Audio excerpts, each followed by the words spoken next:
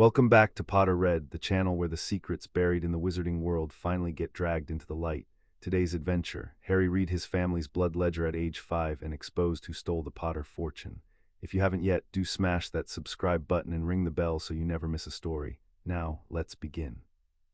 Chapter 1: The knock no one answered for Harry Potter was 5 years old, and he had already worked out 3 things about the house at number 4, Privet Drive, that the adults in it did not know he knew.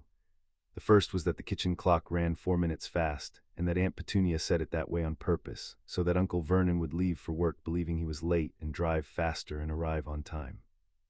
The second was that the biscuit tin held 31 biscuits on Sunday night and 26 on Monday morning, and that Dudley was blamed for the difference, though Dudley could not count past 20 without help and so could not have taken exactly 5. The third thing Harry kept to himself most carefully because it was the most useful. The third thing was that grown-ups lied in patterns. A true thing came out smooth and fast and did not change shape when you asked it twice. A false thing arrived slowly, with extra words bolted on for weight, and the second telling never quite matched the first. He had learned to read by accident, which is to say he had learned to read because nobody had thought to stop him. Petunia parked him in the cupboard under the stairs with a torch and a stack of Dudley's cast-off picture books, and the picture books had words under the pictures, and the words turned out to be a code, and Harry was the sort of child who could not leave a code alone. By 4, he was reading the labels on tins. By 5, he was reading the newspaper Uncle Vernon left folded on the arm of the chair, the long gray columns about interest rates and a thing called the footsie, and he understood perhaps 1 word in 5, and he kept the other 4 in a drawer in his head for later. He liked numbers especially. Numbers did not change shape when you asked them twice. A column either added up or it didn't, and when it didn't, that meant somebody had made a mistake, and Harry had noticed that mistakes were the most interesting things in the world, because every mistake had a person standing behind it, hoping you wouldn't look. This particular morning was a Tuesday in the last week of June, and the sun came through the slats of the cupboard door in stripes, and Harry was awake before the alarm because hunger made a reliable clock. He lay still and counted the stripes and listened to the house wake up around him. "You'll stay in there until you've thought about what you did," Petunia had told him the night before, which was interesting because Harry had not done anything. He had pointed out at supper that Dudley could not have eaten the missing biscuits because the tin had been short on Monday morning, and Dudley had spent Sunday night being sick after the birthday cake and had eaten nothing at all. Harry had thought this would help. It had instead produced a silence of a particular thick quality, and then Petunia's hand on the back of his collar, and then the cupboard. He understood now that he had made an error, not an error of arithmetic. The arithmetic had been perfect. The error was that the missing biscuits were not a mistake at all. They were a thing the adults had agreed to call a mistake so that nobody would have to say out loud who had really taken them, and Harry, by adding the numbers correctly, had threatened the agreement. People did not punish you for being wrong, he was learning. They punished you for being right at the wrong moment. He turned this over while the stairs above his head shook with Dudley's descent, 4 minutes fast and thumping, and he decided he would be more careful about being right out loud. He would go on being right quietly. That was better. Quiet right kept its value and could be spent later, like the coins he sometimes found in the gutter on the way back from the shops and hid in the toe of his too big trainer. The coins were a system, and the system was the nearest thing Harry had to a secret kingdom. Petunia gave him the shopping money counted out exact and expected the change counted back exact, and the first time he came home a penny short, she went through his pockets with a thoroughness that taught him never to be short again, so he was never short. He was in fact frequently a penny long because Mr. Agarwal at the shop was kind and tired and rang things up by feel, and Harry watched the till and saw the difference between what was charged and what was owed and said nothing and pocketed it. He did not think of this as stealing. Stealing was taking what was someone else's. This was only keeping what nobody had bothered to count, and there was, he had decided, a great deal of money in the world that nobody had bothered to count, and it drifted toward whoever was paying attention. He paid attention. It was the only thing he owned outright. What he could not work out, no matter how he turned it, was his parents. He had been told they died in a car crash. He had been told this in 4 or 5 different ways over 5 years, and the ways did not match. Once the crash had been on a motorway and once on a country lane. Once his father had been drunk and once it had been the other driver. Once Petunia had said it was a mercy and then gone white and changed the subject so fast that the white stayed in Harry's memory longer than the words. A true thing came out smooth and did not change shape. His parents' deaths changed shape every time, which meant that the car crash was not a true thing, which meant that something else had happened to his mother and his father, something the smooth, fast version was built to cover, and Harry did not know what it was, and the not knowing sat in him like a stone he could feel but not reach. He was 5. He had a great many facts and almost no answers, and he had begun to suspect that this was the ordinary condition of being a child, and that growing up meant mostly being allowed to look in the drawers the adults kept shut. It was 8:15 by the 4 minutes fast clock, which made it 11 minutes past 8 in the truth, when somebody knocked on the front door. Nobody at Privet Drive knocked. The neighbors rang the bell, 2 polite chimes. The postman pushed letters through the slot. Salesmen who did exist and whom Vernon despised used the brass knocker in a soft, apologetic way, tap tap, ready to flee. This was none of those. This was 3 strikes evenly spaced, each one landing with the same weight as the last, and the wood of the door did not so much as rattle, which was strange, because the door rattled if you closed it too hard, and these 3 blows should have shaken it off its hinges, and instead the door took them as though they had been arriving for a very long time and the door had been built to receive them. In the kitchen, the cutlery stopped. "Vernon," said Petunia in the flattened voice she used when she wanted something to not be happening. "I'm eating," said Vernon. The knock came again, 3 strikes, same weight, same patience. Harry pressed his eye to the gap in the cupboard door. He could see a slice of hallway, the bottom of the stairs, the runner of carpet, and the front door at the end with its frosted glass panel. On the other side of the glass there was a shape, and the shape was wrong, because it was too short to be a grown man and too still to be a child, and it wore something on its head that came to a point, and it did not shift its weight the way people do when they are waiting and bored. It simply stood. It had the stillness of a thing that has decided to be somewhere and is prepared to go on deciding for as long as the matter requires. Vernon's chair scraped. He came down the hall doing up the middle button of his jacket, which was the button he did up when he intended to be large at somebody, and he opened the door with the chain still on, so that it stopped after 4 inches, and through the 4 inches Harry heard a voice he would remember for the rest of his life, because it was the first voice he had ever heard that talked to him as he talked inside his own head, precisely and without wasting anything. "Vernon Dursley," the voice said. It was not a question. "I am here on the business of Gringotts. The matter concerns the minor child resident at this address. You will take the chain off the door." "There's no child here that's any business of—" "There is a child here," the voice said, "named Harry James Potter, born the 31st of July, 1980, whose account at our bank you have never opened, whose letters you have never forwarded, and whose existence you are about to tell me does not exist. I have come a long way, and the morning is warm." "The chain, Mr. Dursley." There was a pause in which Harry could hear Vernon breathing. Then very slowly the chain came off, and the door swung wide, and the morning light fell on the visitor, and Harry, with his eye at the gap, saw a goblin for the first time and did not know yet that it was a goblin, and only knew that it was the most interesting person who had ever come to Privet Drive. He was perhaps the height of a tall child, but nothing else about him was childlike. His face was long and clever and folded into deep lines that all seemed to point inward, toward a pair of dark eyes that moved over the hallway the way Harry's eyes moved over a column of figures, taking it in, adding it up, finding the place where it did not balance. He wore a coat of charcoal gray, very plain, very well made, with buttons of some dull metal that did not shine and did not need to. He carried a flat case under one arm. His fingers were long and his ears were longer, and when he spoke his teeth showed, and they were not friendly teeth, but they were honest ones. "My name is Vornak," he said, to the hall in general, to the house, to whoever was listening, and Harry had the distinct sense that Vornak knew exactly who was listening and where. "I am account keeper to House Potter. I keep its ledgers. One of them has begun to disagree with another, and when 2 ledgers disagree, somebody is lying to a goblin, and that is a thing my people do not abide." His eyes came to rest, with no fumbling, on the cupboard door under the stairs. "The child will come out now. He's being punished," said Petunia, arriving in the hall with a tea towel twisted in both hands. "He doesn't come out when he's being punished. That's the rule." "Your rules," said Vornak, "end at the boundary of your house, and they were never very long to begin with." He set the flat case down on the hall table beside the bowl where the car keys lived, and he opened it, and he took out a single sheet of paper, and the paper was thick and yellow and old, and it had a black seal on the bottom of it the size of a crown coin, and the seal was not flat. The seal stood up off the page like a raised dark blister, and it turned very slightly when the light moved across it and seemed to take in the room. "This," said Vornak, "is a writ of verification, issued under the Compact of 1865, which your ministry signed and your ministry would prefer to forget. It says that a living member of House Potter is required in the flesh and in the blood at Gringotts on a matter that cannot be delayed and cannot be undone once done. It overrides custody, it overrides the wishes of guardians, it overrides," and here he looked at Vernon, and the look was not unkind, but it was very level, "the rules of this house. I am not asking you for the child, Mr. Dursley. I am informing you that the child is leaving with me, and giving you the courtesy of hearing it from a goblin's mouth rather than reading it later in a summons you cannot pay." Harry in the cupboard had stopped breathing, not because he was frightened, but because he was concentrating, and concentrating took all of him. He had heard 4 things in that speech, and he was sorting them. House Potter, that was him. Potter was his name, the name on the bottom of the few things that were his. The name, Petunia said, the way you say a word you have bitten into and found rotten. A living member in the flesh and in the blood. They wanted his blood, that was strange, and he set it aside to look at later. 2 ledgers disagree. Somebody is lying. And then the last thing, the thing that made him put his hand flat on the cupboard door and push, a matter that cannot be undone once done. Harry knew about things that could not be undone. You could not undrop an egg. You could not unsay a true thing at the wrong moment. If there was a thing about to happen that could not be undone, then somebody somewhere was hoping very much that it would happen before anybody who could stop it found out. That was the shape of every lie he had ever caught. Hurry, before they look. The cupboard door opened from the inside.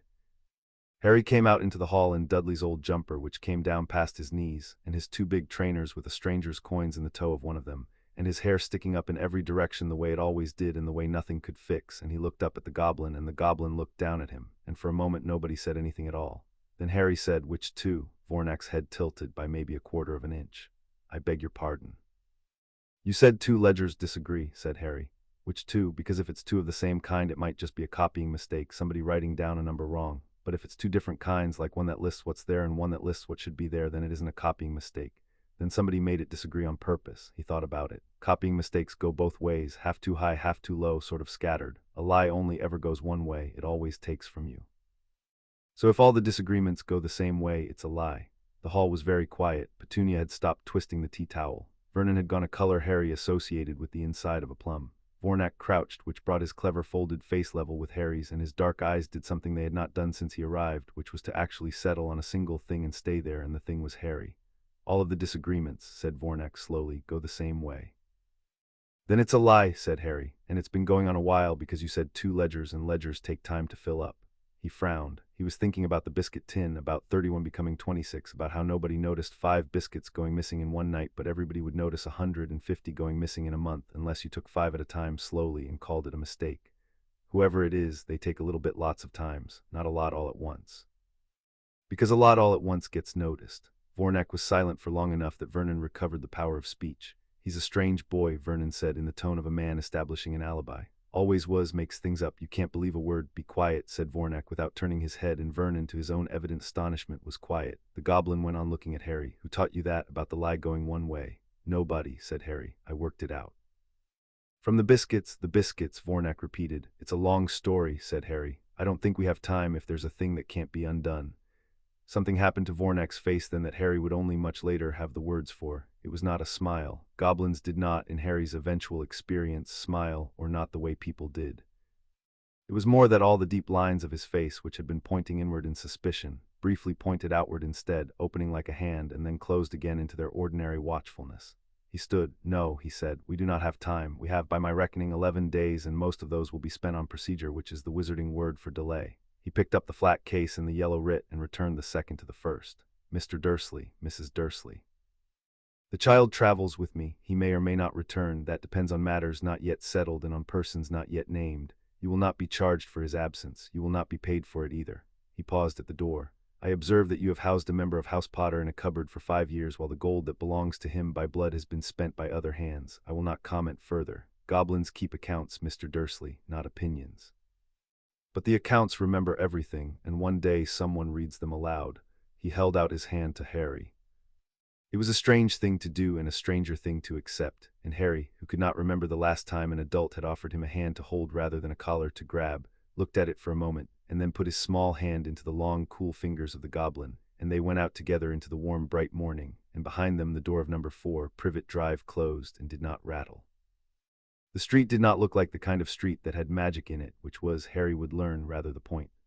They walked to the corner past the parked cars and the bins put out for collection in Mrs. Number 7's roses, and at the corner where there was a telephone box and a bus stop and a litter bin chained to a lamp post, Vornak stopped and consulted a brass instrument the size of a pocket watch, except that it had too many hands and they were all moving.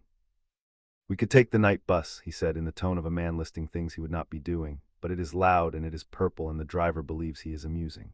We could take a ministry car, but the ministry would then know your business, and at present your business is precisely the sort the ministry should not know until we are ready for it to. So," he held out his arm, the one not carrying the case, "you will hold on and you will not let go, and you will feel yourself pushed through a keyhole. It passes. Children tolerate it better than adults. Adults have more dignity to lose." "What is it?" said Harry, taking hold of the offered sleeve with both hands. "It is called apparition," said Vornak. "It is the movement of a body from one point to another without troubling the space between." Wizards do it badly and goblins do it well, and we do not, as a rule, do it for them, but you are not a wizard yet, you are a client, and clients we accommodate. He looked down at Harry's grip. The keyhole does not care that you are 5. Harry tightened his grip, and the world folded. It was exactly as advertised. A sensation of being a much larger thing forced through a much smaller gap, all of him pressed in at once from every side. His ears, his eyes, the place behind his nose, and then a release. And then cobblestones under his 2 big trainers, and a smell of coal smoke and parchment, and something sweet and something burnt, and a noise like a market and a fairground and a library all at once. And over it all, at the end of a crooked street, a building of white stone that leaned very slightly. With the lean of something that did not entirely trust straight lines, and the building was enormous, and the building was where they were going. Harry stood very still and let his eyes do their work. He had read the word alley and pictured something narrow and gray. This was narrow, but it was not gray. It curved away in both directions, lined with shops whose windows were full of things that should not have fit in the windows. A cauldron the size of a bathtub, a broomstick turning slowly on a wire, a wall of bottles in which things moved, an owl, 3 owls, a dozen owls, blinking down from a shop front with a calm proprietary patience. People went up and down in long robes of every color, and not one of them looked twice at a goblin leading a child by the hand, which told Harry that this was a place where goblins led children by the hand often enough to be ordinary, and he added that to the drawer in his head. "You are not gawking," Vornak observed, steering him down the center of the street where the crowd thinned. "Most children gawk, most adults gawk and then pretend they were not." "I'm looking," said Harry. "It's different from gawking. Gawking is when you look and don't think. I'm thinking." "And what are you thinking?" Harry considered whether to say it. Quiet right kept its value, but Vornak had asked him a real question and had said be quiet to Uncle Vernon and not to him, and Harry was beginning to construct a theory about Vornak, which was that Vornak respected things that were true and had contempt for things that were not, and that being safe with Vornak meant being correct. It was a restful theory. He had never been able to be safe by being correct before. "I'm thinking nobody's surprised to see you with me," said Harry. "So you taking a kid to the bank happens a lot, but I'm also thinking you came yourself. You're the account keeper. That's important, isn't it? Important people don't usually do the fetching. They send somebody. So either there was anybody to send, which means it's secret, or you didn't trust anybody to send, which means you think somebody inside might be in on it." He looked up. "Which one?" Vornak walked 3 more steps before he answered, and when he answered he had dropped his voice, and the dryness in it had gone somewhere underneath, and what was left was flat and serious, and the kind of voice you would want a person to use when they were about to tell you the truth. "Both," he said. They passed a stall where a wizard in a yellow hat sold self-shuffling cards and swore they never lied, and Harry watched the wizard's hands and worked out in the time it took to walk past that the cards lied constantly and that the lie lived in the left sleeve. He said nothing. It was not his stall. Vornak beside him made a low sound in his throat that might have been approval. "You saw it," the goblin said. "The sleeve. Most wizards do not. They want the cards to be magic, so the cards are magic, and the fellow in the yellow hat eats well. That is the first thing to understand about the people whose world this is. They live in a universe that rearranges itself when they ask, so they never learn to look hard at a thing that is lying to them. A goblin learns that difference before he learns to walk. A goblin assumes the sleeve." "Is that why wizards keep their money with you?" said Harry. "Because you assume the sleeve."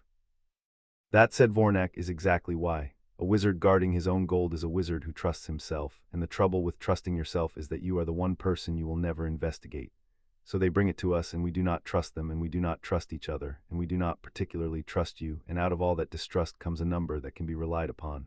Trust produces comfort, distrust produces accuracy. Gringotts sells accuracy, and it is the most expensive thing on this street."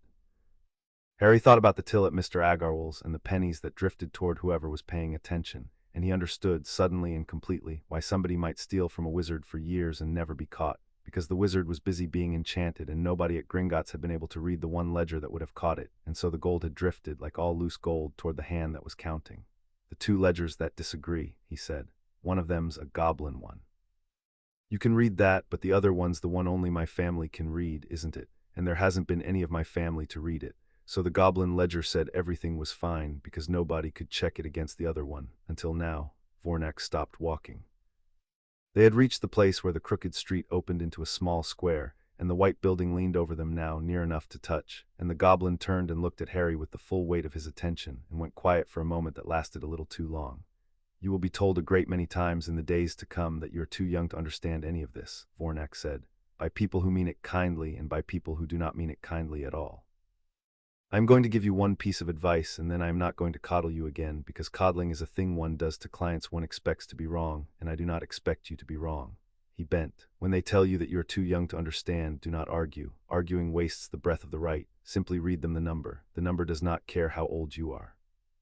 The number was true before you were born, and it will be true after. The thief who is robbing you is dust, and it is the only ally in this affair that cannot be bribed, frightened, or charmed. Do you understand me? Yes, said Harry, and he did. Then we understand each other, which is rarer than gold. Vornak straightened. Come, we are nearly there, and you have stopped looking at the shops, which means you are ready. The doors of Gringotts were bronze, and they were tall, and they were guarded by two more goblins in scarlet and gold who did not move as Vornak approached, but whose eyes followed Harry the way a cat's eyes follow a moth. And above the doors, set into the white stone, was a second pair of doors, silver, and on the silver doors were words, and Harry stopped to read them, because Harry stopped to read everything. He read them once to himself. Then he read them again, his lips moving, because they were the kind of words you had to taste. Enter, stranger, but take heed of what awaits the sin of greed, for those who take but do not earn must pay most dearly in their turn. So if you seek beneath our floors a treasure that was never yours, thief, you have been warned, beware of finding more than treasure there. That's a warning to robbers, said Harry. It is, said Vornak. It's a good one, said Harry. It rhymes so people remember it, and it doesn't say what happens to the thief. It just says it'll be worse than they think, and not knowing is scarier than knowing.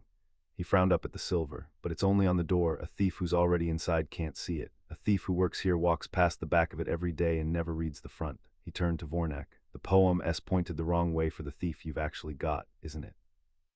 Vornak looked at the silver doors and then at Harry, and then he did the thing with his face again, the lines opening outward and closing, and this time it lasted a half-second longer. House Potter, he said almost to himself, appears to have produced, after a long and undistinguished run of brave men who could not add, a Potter who can read. He set his hand flat against the bronze of the lower doors, and they began, with the slow certainty of very heavy things, to open. Come. The reckoning book has been waiting 51 years for a pair of eyes that belong to it. Let us not keep it any longer than the thief already has. Warm air came out of the dark of the bank, and it smelled of cold metal and old paper, and very faintly, far down, of gold, which has a smell, though most people never get close enough of it to learn what the smell is. Harry stood on the threshold in his two big trainers and looked into the place where his family's accounts had been kept and stolen from and kept again, and he was 5 years old, and he was not afraid exactly, though afraid would have been reasonable. What he felt did not have a clean name. It was the feeling he got when a column of figures had refused to add up, and he had stared at it long enough, and the error had finally stood out from the page and shown him its face. The feeling of about to find out. He took Vornak's hand again because it was there, and because the dark was large, and because he was, after everything, still 5. They went in together, and the great bronze doors closed behind them with a sound like a vault, which is what they were. Inside was a hall longer than Harry had thought a building could hold, floored in marble the color of bone and roofed somewhere far overhead in a dark he could not see the top of. Down both sides ran high counters, and behind the counters sat goblins on tall stools, dozens of them, each one bent over a ledger or a scale or a tray of stones, and the sound of the place was the sound of 100 quills moving at once, a dry whispering rush like rain on a window, under which very faintly ran the clink of metal being weighed against metal. No one hurried, no one spoke above the quills. It was the quietest crowd Harry had ever stood in, and it was quiet the way a thing is quiet when it is concentrating, and Harry, who had spent his life being told to keep quiet so that other people could be loud, recognized the difference at once and approved of it. A goblin at the nearest counter looked up as they passed and said something to Vornak in a language that had edges, all consonants in the back of the throat, and Vornak answered in the same language without slowing, and the other goblin's eyes went to Harry and stayed there a beat too long before dropping back to his scale. He asked who the child was, Vornak said low, for Harry alone. I told him, he will tell others. By the time we reach the lower floor, every account keeper in this building will know that a Potter has come home to read, and roughly half of them will have an opinion about whether that is good for business. You will ignore all of it. Opinions are weather. We are here for the rock under the weather. Why is it good or bad for business? Said Harry, half running to keep up with the goblin's even stride. Because a client who can read his own ledger is a client who can find his own bank's mistakes, said Vornak. And we make mistakes, Harry Potter, not many, but a 5-year-old who can read true ink is, depending on who you ask, either proof the promise holds or a threat to it. I take the first view. I am at present in a minority of one, which is a position I am used to. You said 11 days, Harry said. They had slowed near a pillar where the quills were quieter. At my aunt's on the doorstep. 11 days till what? Vornak's stride did not break, but the dryness left his voice again. 19 days ago a petition was lodged with this bank, under the steward's seal of House Potter, asking us to do 3 things at once. To gather your scattered accounts into a single managed fund, which sounds tidy and is not. To turn certain of your properties into loose gold, which sounds prudent and is not. and to open and empty the oldest of your vaults, the deep one, the one your family has never opened for counting, because some of what is in it is not meant to be counted, only kept. That's it. Under the compact, a petition of that weight starts a clock. 30 days from the lodging, if no living heir comes to object, the bank must treat the steward's word as the house's word and act. Today is the 19th day. That leaves 11. After the 30th, what is done, and not even a goblin can unmelt gold or unsell a house. Harry walked a few paces, working it. So whoever it is waited nearly 5 years, and then all of a sudden wanted to do everything fast. Yes, that's the part that doesn't fit. Harry stopped under the pillar and looked up. If you've been taking a little bit at a time for years, slow and careful so nobody notices, why would you suddenly do a big loud thing that starts a clock and makes a bank send a goblin to a cupboard in Surrey? You only rush when you're frightened of being caught, or when there's something you have to grab before somebody else gets to it. So something changed about 3 weeks ago, or it's just about to. And the thief knows what it is and we don't. Vornak was quiet, and the quiet had weight. I have kept the ledgers of this house for 31 years, he said at last. Your father asked me good questions, your grandfather asked me better ones. Neither of them at 5 asked me the question you have just asked, which is the right one, and which I have turned over for 19 days without an answer I would put my name to. He reached into his coat and brought out something wrapped in waxed paper and put it into Harry's free hand without ceremony.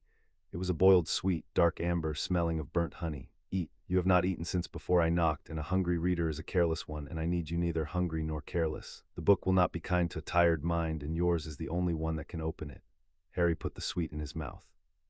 It tasted of smoke and honey and something underneath that was almost bitter, and it was, he decided, the best thing he had ever eaten, which said less about the sweet than about the 5 years that came before it. They came to the end of the long counters, where the marble floor gave way to a wide, low arch, and beyond the arch the floor stopped being floor and became the top of a staircase that went down, and down, into a cold that Harry could feel rising up the steps to meet them, a clean stone cold with the gold smell under it. Torches were set into the walls at intervals, and they did not flicker, and they gave a light steadier and whiter than any flame Harry had seen, and he understood without being told that nothing in this building was ordinary, that even the fire here had been made to behave. A goblin stood at the head of the stair with a long iron rod and brought it down across the top step with a single ringing strike, barring the way. Verification, he said. Show the writ or show the blood. I do not take your word, account keeper, with respect to your office. With respect to your office, said Vornak, without any sarcasm Harry could hear, the writ. The seal stood up off the parchment and turned toward the gatekeeper, who bent and studied it a long while, the way Harry studied a column that would not balance and did not touch it. Then he lifted the rod. The writ is true, the seal is true, the claimant passes. His eyes moved to Harry, measuring, not unkind. Mind the rail, small one. The stair is older than your house and does not care if you fall. Thank you, said Harry, who had been raised to thank no one and had decided, somewhere in the last hour, to thank everyone who told him a true thing, true things turning out to be rarer and worth more than anyone at Privet Drive had let on. They went down. The stair was steep and the steps were tall, built for legs longer than Harry's, and he held the cold iron rail with both hands and took them one at a time, and Vornak waited for him on each landing without comment, which was its own kind of courtesy. Down here the counters and quills were gone. There were only the unflickering torches and the long descending throat of stone, and doors set into the walls at the landings, iron doors with no handles and no keyholes, and Harry understood that these were not doors you opened with a key. The deeper they went, the older the air smelled, and the more Harry's ears felt the press of all that rock overhead, and he did not stop, because there was a thing at the bottom of the stair that had waited 51 years for his eyes, and he found that he wanted to meet it more than he had ever wanted anything. At the bottom there was a landing wider than the others, and a single iron door, and the door was different from the rest, because set into its center at the height of a goblin's chest, at exactly the height, Harry noticed, of a tall child's eyes, was a recessed basin of dull silver, empty, dry, and old. Vornak stopped before it and turned to Harry, and the steadiness in his face had given way to something Harry had not seen there before, a kind of carefulness, the carefulness of a person handling a thing that matters. Behind this door, Vornak said, is the reckoning book of House Potter. It has been read by your grandfather and his mother before him, back through more names than I will trouble you with tonight. It has not been read in full since your grandfather sat with it. Your father laid his hand to it the once, at his coming of age, the binding touch and no more, and then the war took him before he could ever read it. It records everything your house has ever owned, and it records it in an ink that answers only to Potter blood, and that is why it has sat in the dark while a thief grew fat, because a book that no living eye can read is the safest place in the world to keep a lie. He gestured at the dry silver basin. It will want a drop of you, only a drop. The book is old and exacting, and it will not open for cleverness or for pity or for a writ. It opens for blood and only for true blood, and if your blood is not what your name says it is, the door does not merely stay shut. I will be plain with you because you have earned plain. The door defends itself. Harry looked at the dry basin, and then at his own hand, small and grubby, the hand that had counted biscuits and pocketed pennies nobody bothered to count, and he thought about all the versions of the car crash that had never matched, and the stone of not knowing that had sat in him for as long as he could remember, and he understood that on the other side of this iron door was the first thing in his whole life that would tell him the truth and could not be made to do otherwise. It defends itself, he said. Against people pretending to be me. Yes, then it's on my side, said Harry, because I'm not pretending. He let go of the rail and stepped up to the door and reached toward the cold silver basin and stopped with his fingers an inch above it and looked back at the goblin one more time, still 5, still small, the torchlight steady and white on his upturned face. Will it hurt? A little, said Vornak. Most true things do. Harry nodded and put out his hand. Chapter 1 and Chapter 2. The book that needed his blood, the basin took his blood the way a dry sponge takes water, which is to say greedily and without thanks. There was a needle in it Harry had not seen, a thin silver tongue that rose to meet his fingertip the instant he laid it against the cold metal, and it bit him once, a clean small bite, and a single bead of red welled up and sat there, and then the basin drank it, and the bead was gone, and the silver was dry again, and for a moment nothing happened at all. Harry put his finger in his mouth. The bite stung the way a paper cut stings, sharp and sudden, and he kept his hand still and made no sound, because he had decided long ago that sounds were information you gave away for free, and he was not in the habit of giving things away for free. Then the door spoke. It did not speak in words. It spoke the way a struck bell speaks, a single low note that came up through the soles of Harry's feet and into his teeth and stayed there, ringing, and along the seam of the iron a thread of light woke, pale gold, and ran around the whole frame of the door in the time it takes to draw a breath, and where the light passed the iron unmade itself. Not melted, not swung.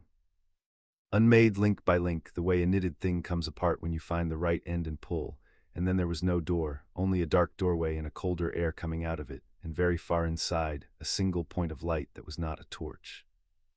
Harry watched the iron come undone, and understood in the wordless way that arrives before the words that he had just seen a thing almost no one alive had seen, and that it had happened because of him, because of one drop of him, because of whatever ran in his blood that the Dursleys had spent 5 years trying to scrub off him like a stain.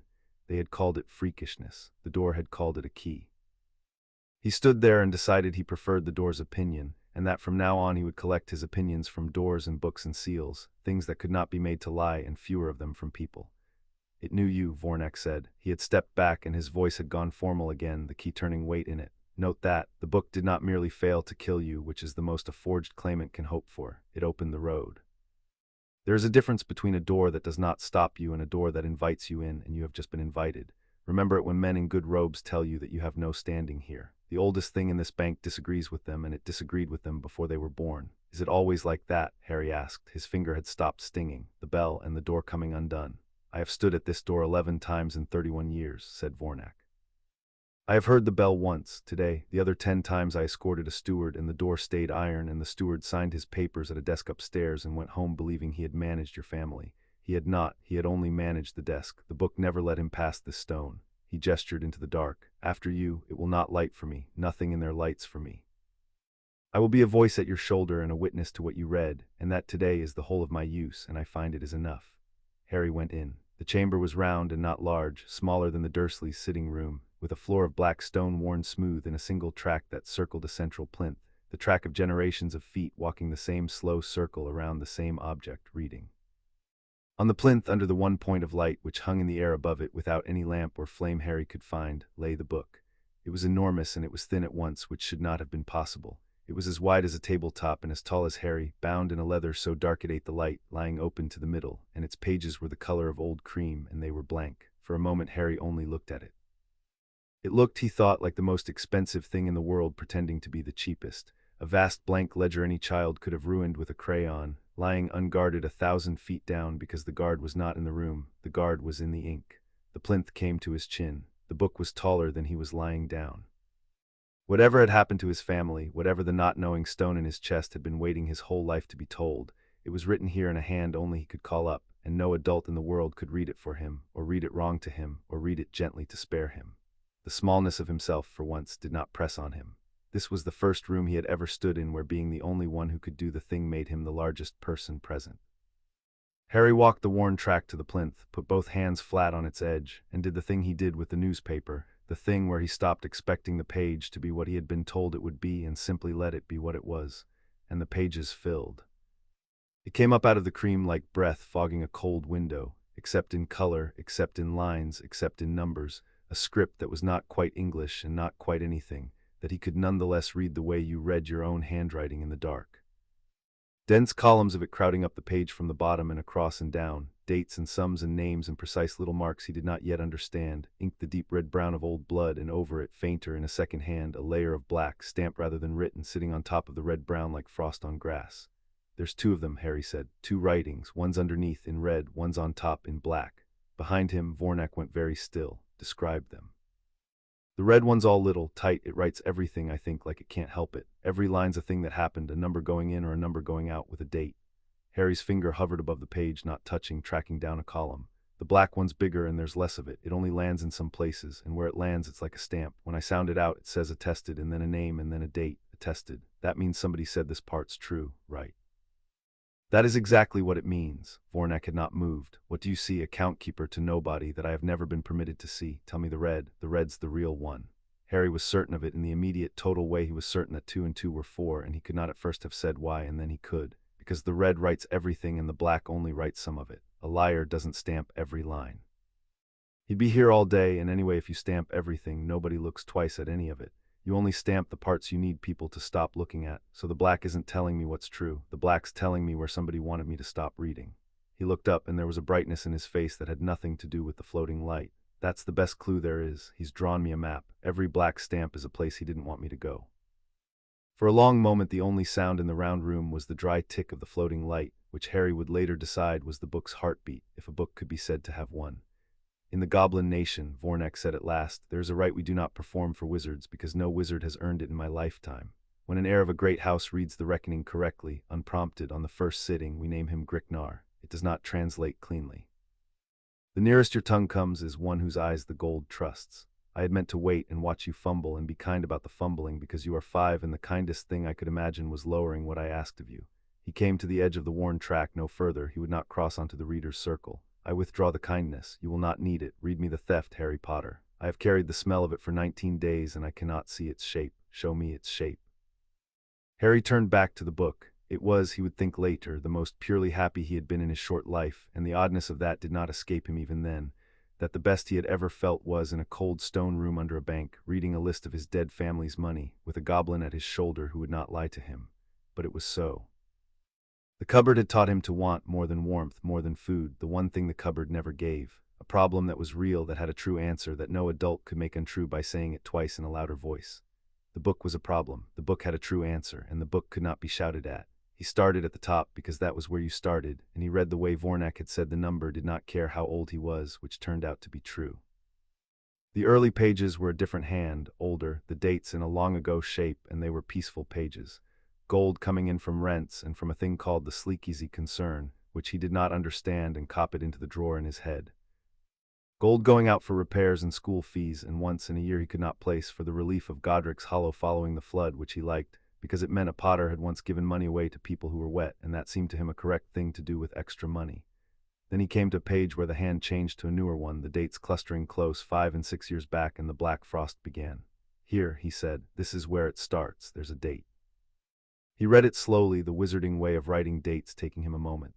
The 2nd of November, 1981. After that, a gap. A few weeks where nothing's written in red at all, which is strange, because before that there's red on every single day. Money's always doing something, even if it's tiny. And then the red starts again, but it's different, and the black starts. On the same day the black starts, the red changes. He looked up. What happened on the 2nd of November, 1981? Vornak was quiet for the space of 3 of the book's slow ticks. "Your parents died on the night of the 31st of October, he said. "It took the wizarding world a day to be certain of it, and a day more to act. The 2nd of November is the date the ministry sealed House Potter into wardship and appointed it a steward, because its heir was a year old and could not hold a quill." He paused. "You have found, in under an hour, the exact hour the robbery could begin. It could begin because that was the hour the only people who could read this book stopped breathing, and the only person left who would one day read it was too small to do anything but cry. He has had 5 years, Harry. He believed he had 11 more before you were at Hogwarts and curious. He mismeasured the curiosity. Go on," Harry went on. He read down into the black country, and now that he knew the black stamps were a map, he read them first. The way you read the labels on the doors of a house you mean to rob, except in reverse because he meant to unrob it. The first stamp said, attested, C. Burke, steward, 14 Nov 1981. The next said it too, and the next. Who's C. Burke? Harry asked. Cassius Burke, said Vornak, is your steward and clever in the way that is hardest to catch, which is to say respectable. He is no nocturne alley creature in a hood. He is a solicitor with chambers up in the alley and a brass plate on the door. Burke and Toke, Estates and Settlements, the sort of firm that has handled the dull paperwork of dying houses for 2 centuries, wills and wardships, and the slow, tidy carving up of families that forgot to have children. He wears good gray robes. He is gentle with widows in public.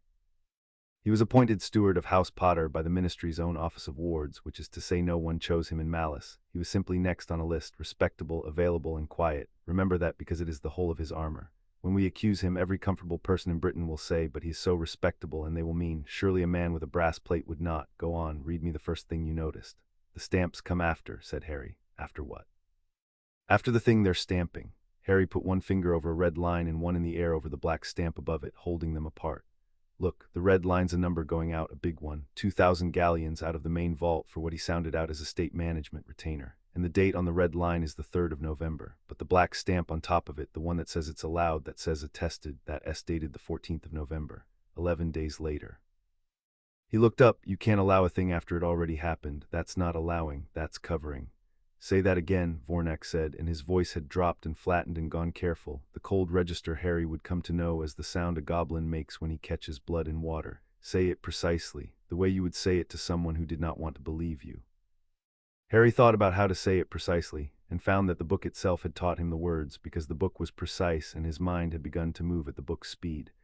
The steward took 2,000 galleons out of the vault on the 3rd of November, he said. His own seal, the one that's supposed to mean I checked this and it's proper, is dated the 14th. So either the seal was pressed 11 days after the money was already gone, which means the money went out without permission and the permission got glued on afterward to make it look proper, or the seal is lying about its own date. And you told me on the way here that a goblin seal can't lie about its date, so it's the first one. The money went first, the permission came after. He robbed the vault, then signed a note saying he was allowed to, and made the note read as if it was signed before. Except he couldn't make the seal say it was signed before because the seal won't lie about when it was pressed. So the seal caught him. The seal S on our side too. The floating light flared once gently and dimmed. A goblin seal, Vornak said, records 3 truths it cannot be made to forget. Who pressed it, where and when. We call them the 3 witnesses. Wizards forget the seal is a witness. They think it a decoration, a wax flower they stamp to feel important. This is because wizards lie to one another so constantly and so comfortably that they cannot imagine an object that simply will not. He exhaled a dry sound. We knew the paper said one thing and our own daybook said another. We could not prove which was the lie because both were wizard records and wizards lie. We needed a third thing untouchable to break the tie. The book is the third thing and only you can read it. Do you understand what you are now in this matter? Not a witness. The only witness, there is no case without your eyes. Harry understood it, and the understanding had weight, more weight than anything that had been said on him before, and he was 5, and his finger hurt where the basin had bitten it, and he wanted suddenly and fiercely to be told that someone else would carry this. No one told him that because no one in the room could, and the not being told was its own kind of honesty, and he took it and turned back to the book. "Owe me the fees," he said, because that was the next door on the map. The fees were a long row of black stamps with a red line under each, and Harry read the first 6, then stopped reading them one at a time and started reading them as he read the biscuit tin, which is to say all at once as a pattern, looking not at any single number, but at how the numbers moved. "It's the same every month," he said. "Estate management retainer. First one's small, 40 galleons, then it goes up, 44. 50, 55, his finger ran the column, lips moving, counting the thing he was best at in the world. Then it climbs faster. It doesn't go up by the same amount each time. It goes up by more each time. 40 to 44 is 4. 44 to 50 is 6. 50 to 55 is 5. That one breaks it, but then it jumps 66, 80, 110. He frowned. That's not a wage. A wage stays the same, or it goes up a little at Christmas. This goes up like a snowball, like it's eating itself. Each month he takes a bit more, and he sets the new bit by how much he got away with last month, and nobody's stopping him, so the answer keeps getting bigger. It's not a fee. It's a man finding out how much he can take before someone stops him. Compounding theft, said Vornak softly. It has a name in our tongue too. The name translates as the hunger that learns. We watch for its shape in failing houses where a steward grows bold. We did not watch for it here because here the daybook was clean. The daybook was clean because Burke wrote the daybook. It's the biscuits, Harry said. Exactly the biscuits. 5 a week, never the whole tin. Take the whole tin once, somebody counts the tin, so you never take the tin. You take 5 and you write a note saying the tin was always this size. He rubbed his sore thumb. The hard part isn't the stealing, anybody can steal. The hard part is making the number that's left look like the number that should be there. That's the part he paid a forger for. And the part, said Vornak, that needs a clean daybook kept by the same hand that empties the vault, which is why in a properly run house the one who spends the gold is never the one who counts it. Yours was not properly run, yours had no one left alive to run it. A pause. How much in total, the fees alone, can the book tell you, or must you sum it? It can tell me, Harry said, looking up, but I want to sum it, to check the book. You said don't trust the bank. I said do not trust the bank, Vornak agreed. I did not expect you to turn it on the holy book of your own house within the hour. Sum it then. I will wait. I have waited 19 days. I can wait while a child does the long addition that will hang a man.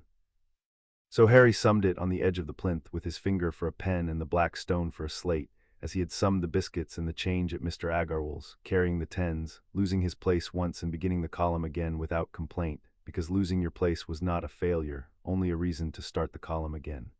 It took him a while. Vornak did not hurry him and did not help him, and twice Harry felt the goblin's eyes on his working, and felt under them not the old Privet Drive pressure of being watched for a slip, but something that wanted him to get it right and would be satisfied when he did, and that was so new he had to set it aside to look at later because it threatened to make his eyes hot and he needed them clear. 9,000, he said at last. 9,040 galleons, just the fees. Just that one trick, the snowball one. There's more tricks, I can see more black, but the fees alone over 5 years, 9,040 galleons. He looked up. Is that a lot? It is a house, said Vornak. A good one in a good street with land. It is more than your aunt's husband will earn selling his drills if he works until he dies. And it is, I would wager, the smallest of the thefts in that book, because it is the one he ran in plain sight, dressed as a wage, where even a clean daybook would show it if anyone troubled to add it up, which no one did. That is the whole of his genius, Harry. He did not hide the gold cleverly. He hid it in boredom. He bet that no one would ever be bored enough, or curious enough, or small enough to have nothing better to do than to sit in a cold room and add up a steward's wages. The dry sound again, that was not a laugh. He did not allow for you. No one allows for you. I begin to think that is your whole nature, and that it will prove worth more than the gold. Harry was tired now, the floppy tiredness that comes after long counting, and he sat down without deciding to, right there on the black stone inside the reader's circle, and the book did not seem to mind, and the floating light shifted down a little to keep him lit, which he noticed and liked. He put his bitten finger back in his mouth. There's a bigger one, he said around the finger, a bigger trick. I can see where it is even though I'm too tired to read it yet, not in the fees part, further on where the black gets thick. It's thickest around the houses, I think, the properties, and around the deep vault, the one you said he wants to open. He took the finger out. What are the houses? He asked. I've never had a house, I've had a cupboard. Are they nice? Something moved in Vornak's face. There are 3 of consequence. The cottage at Godric's Hollow, or the ground it stood on, since the house itself was broken the night your parents died and never rebuilt. A townhouse in Wizarding London on Tenby Row, narrow and tall and full of your grandmother's books, and a holding in the West your family has let to a farming concern since before the ministry existed. All 3 sit under thick black on that page, which tells me Burke has been busy with them, and busy quietly. Harry looked at the black country around the property lines, and one thing stood out the way a wrong word stands out in a sentence you know by heart. One of them's been sold, he said. There's a line that says sold, Tenby Row, sold 2 years ago to somebody. He leaned in, reading the red truth beneath the black. But the book still says it's ours. The black says sold and gone. The red says still here, still Potter. They can't both be true. A house is sold or it is. Unless, Vornak said slowly, it was sold to someone who could not truly own it. The book records true ownership, blood to blood and deed to deed. If Tenby Row still reads as Potter in the true ink, then whatever the paper says, the sale did not take because something in it was false. We will learn what, not tonight. Tonight you have given me enough to hang the hand and rattle whoever holds it. But mark it, a house sold and not sold is a thread, and threads pulled unmake whole coats. All right, said Harry, but I want to do the most important thing first, and the most important thing isn't a trick, it's a number, and the number is how much is supposed to be here and how much is actually here and what's the difference. Because all the tricks just add up to the difference. If I get the difference, I've got the whole theft in one number, and then it doesn't matter if I miss a trick because the number won't let him hide. Vornak said nothing for a moment. The true balance against the standing balance. Yes, that is the question the whole of accountancy was invented to ask, and that most accountants spend their lives never daring to ask of a powerful man. Can the book give you the true balance, the real one? What House Potter is genuinely owed and genuinely owns, stripped of every paper that lies? It's right here, said Harry. At the bottom of every page, the red writes it, a running number that changes every line, the book keeping score for itself. The black never touches it, he couldn't. I think it's the one thing he couldn't even pretend to touch, because it's not really a number, it's more like, he hunted, like the book's idea of us, what we really are, underneath what anyone says. He pushed himself back up onto his knees and leaned over the last page that bore any writing, the most recent page, and found the running number at the bottom, the true balance, the book's private score. And then he found, because Vornak had taught him to distrust the bank, the other number, the standing balance, the one the bank believed, the one in the goblin daybook, the one Burke's clean paper had built. He read them both and held them side by side in his head, as he had held the red line and the black stamp apart in the air. Then he did the subtraction, and it was the easiest subtraction he had done all day, because the two numbers were so far apart that you barely needed to borrow. And when he had the answer, he said it out loud in the flat, clear voice of a child reading a true thing. And the number went around the round room once and came back, and the floating light dimmed all the way down to a single dark red point, like an eye half closing, as though the book could not bear to look at what its own pages had been made to hold. "The bank thinks we've got about 40,000 galleons," Harry said. "The book says we're really owed 360,000 near enough, properties and gold and shares in the deep vault, all of it what's ours by blood." He swallowed once, not hard, just a child wetting a dry throat. "He's taken, or he's about to take, more than 300,000 galleons off my family. And he's done it so the bank only knows about a 40th of it. That's the difference, Vornak. That's the whole theft in one number, 320,000 galleons." Harry tried to make the number mean something and could not. He knew now roughly what 1 galleon was, because Vornak had told him a good house cost a few thousand, and he could picture a few thousand. 320,000 was not a picture. It was a flat, enormous weight, and the thing that pricked his eyes was not the size of it. It was that every one of those coins had a red line in the book that said it was his and his mother, and his father's, and the long row of potters who had given money to wet people in Godric's Hollow. And a man with a brass plate on his door had spent 5 years turning all those true red lines into beautiful black lies, and very nearly gotten away with it, and would have, except that no one had told the book to lie, because no one could. The silence after that was not empty. It had a quality Harry recognized from the hall at Privet Drive when he had added the biscuits right, the thick quality, except that here the thickness was not the old weight of a grown-up about to fall on him. Here it was a goblin holding very still over a wound in something he had sworn his professional life to keep whole. When Vornak spoke again, his voice had gone all the way down into the cold place and stayed there. "For 900 years, he said, Gringotts has had one promise, and it is not we will keep your gold, because any hole in the ground keeps gold. The promise is we will know the number. Whatever the world does, whether kings rise or wizards war, Gringotts knows the number. That is what we sell, the only thing we sell." He looked at the book, at the dimmed light, at the small boy kneeling inside the circle that 10 grown stewards had never been permitted to cross. "And for 5 years, in the account of one of our oldest houses, we did not know the number. We knew a number, a confident, well-kept, beautifully attested number, and it was wrong by a factor of 9. A child found that out today with his finger and a sore thumb in under an hour, because he is the one creature alive who can read the true ink, and we, the keepers of the true number, could not read our own deepest book." He turned, and Harry saw on the folded face a thing that was not for him at all, that was older and colder and aimed up toward the surface, toward whoever had done this to the thing Vornak loved. "Cassius Burke has not only robbed your house, Harry Potter, he has made a liar of my bank, and that we do not forgive. We have never forgiven it. It is in plain fact the only crime for which goblin law still permits the old penalties." "What are the old penalties?" Harry asked. "You are 5, said Vornak, "and I have decided I like you, and so I will tell you another day, when you have eaten and slept and are less likely to dream of them." He crossed, for the first time, the edge of the worn track one step onto the reader's circle, which Harry understood without being told was a thing goblins did not do, a thing that meant something. He set one long, cool hand on Harry's shoulder. "Up, we are done reading for today. You have given me a number, and a number is a door, and behind that door is a name, and the name has a face, and the face will be in this bank within 2 days of learning the book has been opened, because clever men with something to hide cannot help coming to look at the thing that threatens it. We must be ready when he comes." "How will he know it's been opened?" Harry asked, letting himself be drawn up onto unsteady legs. "Because I am about to tell him," said Vornak, "officially, in writing. Under my own seal, all 3 witnesses true." Now there was something close to terrible in the dryness of him, the dryness of a creature that has waited long and may at last begin. An account-keeper who suspects fraud in a warded house may open a reckoning inquiry. It is a formal thing, very old, with rules even the ministry cannot touch, because it happens on our ground under our law. The moment I file it, 3 things become true at once. The 30-day clock on Burke's petition stops, frozen, until the inquiry closes, so your 11 days become as many as we need.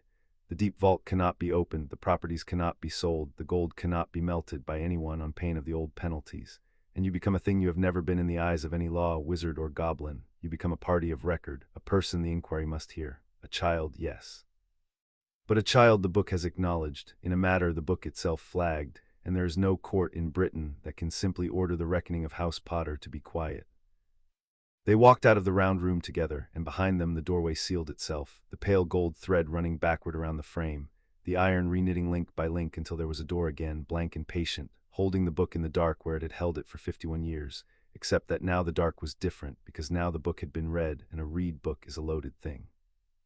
On the long climb up the stair, Harry's legs gave out twice, and twice Vornak waited, and the second time the goblin simply picked him up without a word and carried him, and Harry was too tired to mind, and he put his head down on the charcoal-gray shoulder that smelled of cold metal and old paper, and was nearly asleep when a last thought swam up out of the counting dark and made him open his eyes. "Vornak," he said, "the black stamps, Burke's seal, the steward one. You said a real goblin seal can't lie about who pressed it, so how did he sign attestations on days he wasn't even at the bank? Because some of those dates, if he was a person, he'd have had to be in two places at once. Unless," the word came up slow, around the edge of sleep, "unless his seal isn't real, unless somebody made him a fake one, a seal that lies."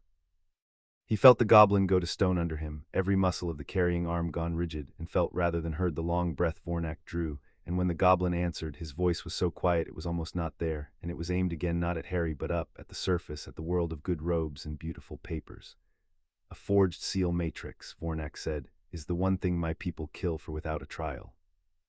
If you are right, and you have been right about everything else in this building today, which is a sentence I did not expect to say of anyone, let alone a child falling asleep on my shoulder, then Cassius Burke did not merely rob a house. He commissioned a forged goblin seal, and a man does not commission a forged goblin seal alone because the craft is dead and the smiths who knew it are dead, and to wake that craft you must be a person of great reach, great patience, and great protection. Which means Burke is the hand, Burke is not the head." Harry did not hear the rest. He had gone down into the heavy dreamless sleep of a child who has worked harder than children are meant to, his bitten finger curled against the gray coat, and Vornak carried him the last of the way without breaking stride. There was a room near the surface the bank kept for clients who could not be sent home, small and warm and windowless, with a low bed and a basin and a tray that filled itself with whatever the occupant could stomach. Vornak laid Harry on the bed and pulled the blanket to his chin and stood over him a while, doing the arithmetic goblins do instead of sentiment, the arithmetic of debt and obligation and what is owed to whom. By that arithmetic he owed the child nothing. By that arithmetic the child had this day done the bank a service it could not have bought at any price, and a service, once rendered, makes a debt run the other way, and goblins leave no debt unbalanced in either direction. So he stood there longer than the arithmetic strictly required, and then he went to file the inquiry. He filed it in the deep registry by candlelight in the old forms, and it took him most of the night, because a reckoning inquiry must name everything it freezes, and he froze all of it. The petition, the vault, the properties, the fees, the forged stamps, line by line, each citation pressed with his own seal, all three witnesses true. And when it was done, he sent a junior to fetch the founding paper of the whole arrangement, the original instrument by which a 1-year-old house had been handed to a stranger, and he laid it under the candle and read the foot of it, where a steward's appointment must be countersigned by the authority that makes it, because no steward stands alone. A steward is appointed and someone does the appointing. There were 2 seals at the foot of the page. The lower was Burke's, the forged thing, the seal that lied. The upper was real, a goblin witness seal, true in all 3 witnesses, pressed in the proper hour by the proper hand, and it belonged to the office that, in the absence of parents, holds the final word over the wards of magical Britain. It belonged to the chief warlock of the Wisengamot, and the name pressed into the wax beneath the title in a clear and famous and entirely honest hand was Albus Percival Wulfric Brian Dumbledore. Vornak looked at that name for a long time. Then he banked the candle and locked the registry, and went to sit in the corridor outside the warm small room where the only witness in the case slept, because the only witness in the case was 5 years old, and the head of the map had just acquired a name, and the name was the most trusted in the country. Chapter 2 and Chapter 3. Phantom airs. Harry woke not knowing where he was, which had happened to him before, but he had always woken to smell of frying and the thump of Dudley on the stairs, and this time he woke to stone and quiet and the smell of cold metal, and he lay still for a while and let yesterday come back to him in order, because that was the safest way to receive a large fact, one piece at a time in the order it had arrived. The goblin, the door that came undone, the book, the number. 320,000 galleons. He held the number in his head and turned it over and found it had not shrunk overnight, which was how he knew it had been true and not a dream, because dreams shrink when you look at them in the morning and true things keep their size. There was a tray beside the bed that had not been there when he fell asleep, and on it were eggs and toast and a pot of something warm and a single dark amber sweet in waxed paper, the same as Vornak had given him, and Harry ate all of it slowly, as he ate when food was not guaranteed, finishing every crumb and pressing his finger to the plate to take up the last of the salt. Then he put the sweet in his pocket for later, because a person who has been hungry does not eat the last of anything if he can help it, and he got up. His own clothes were gone. In their place, folded on a stool, were new ones in his size, plain and gray and well-made, with buttons of the same dull metal as Vornak's coat.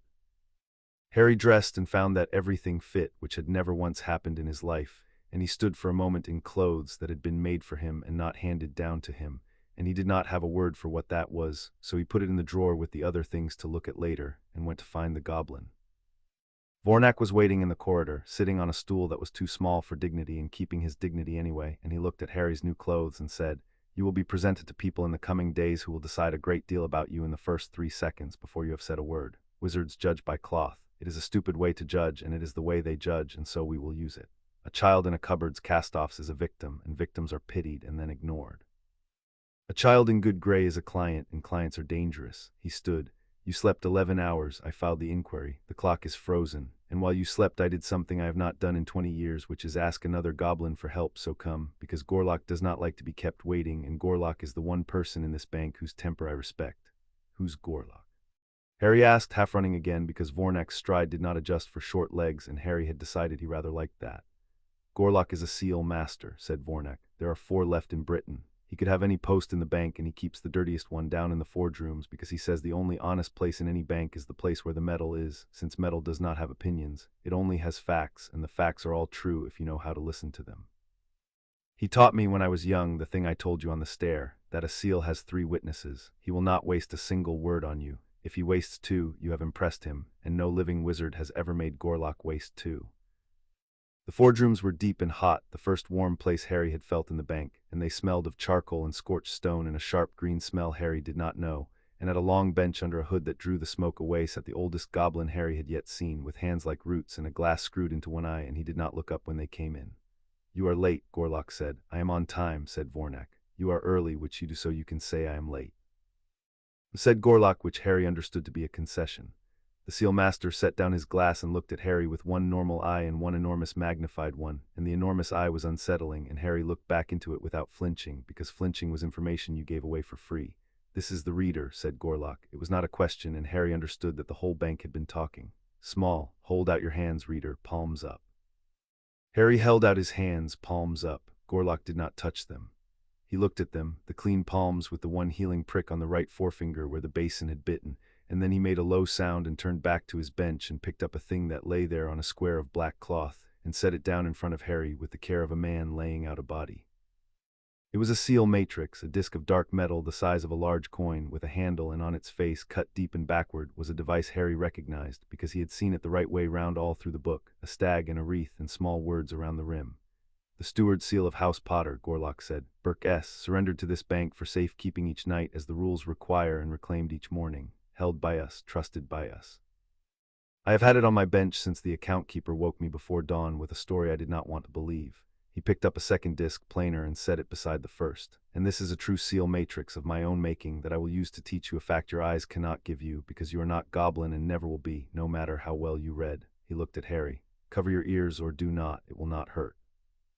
But you will not hear what I hear, and I want you to understand today and forever that there is a thing in this you cannot do, so that you do not grow proud, because the proud miss the quarter tone."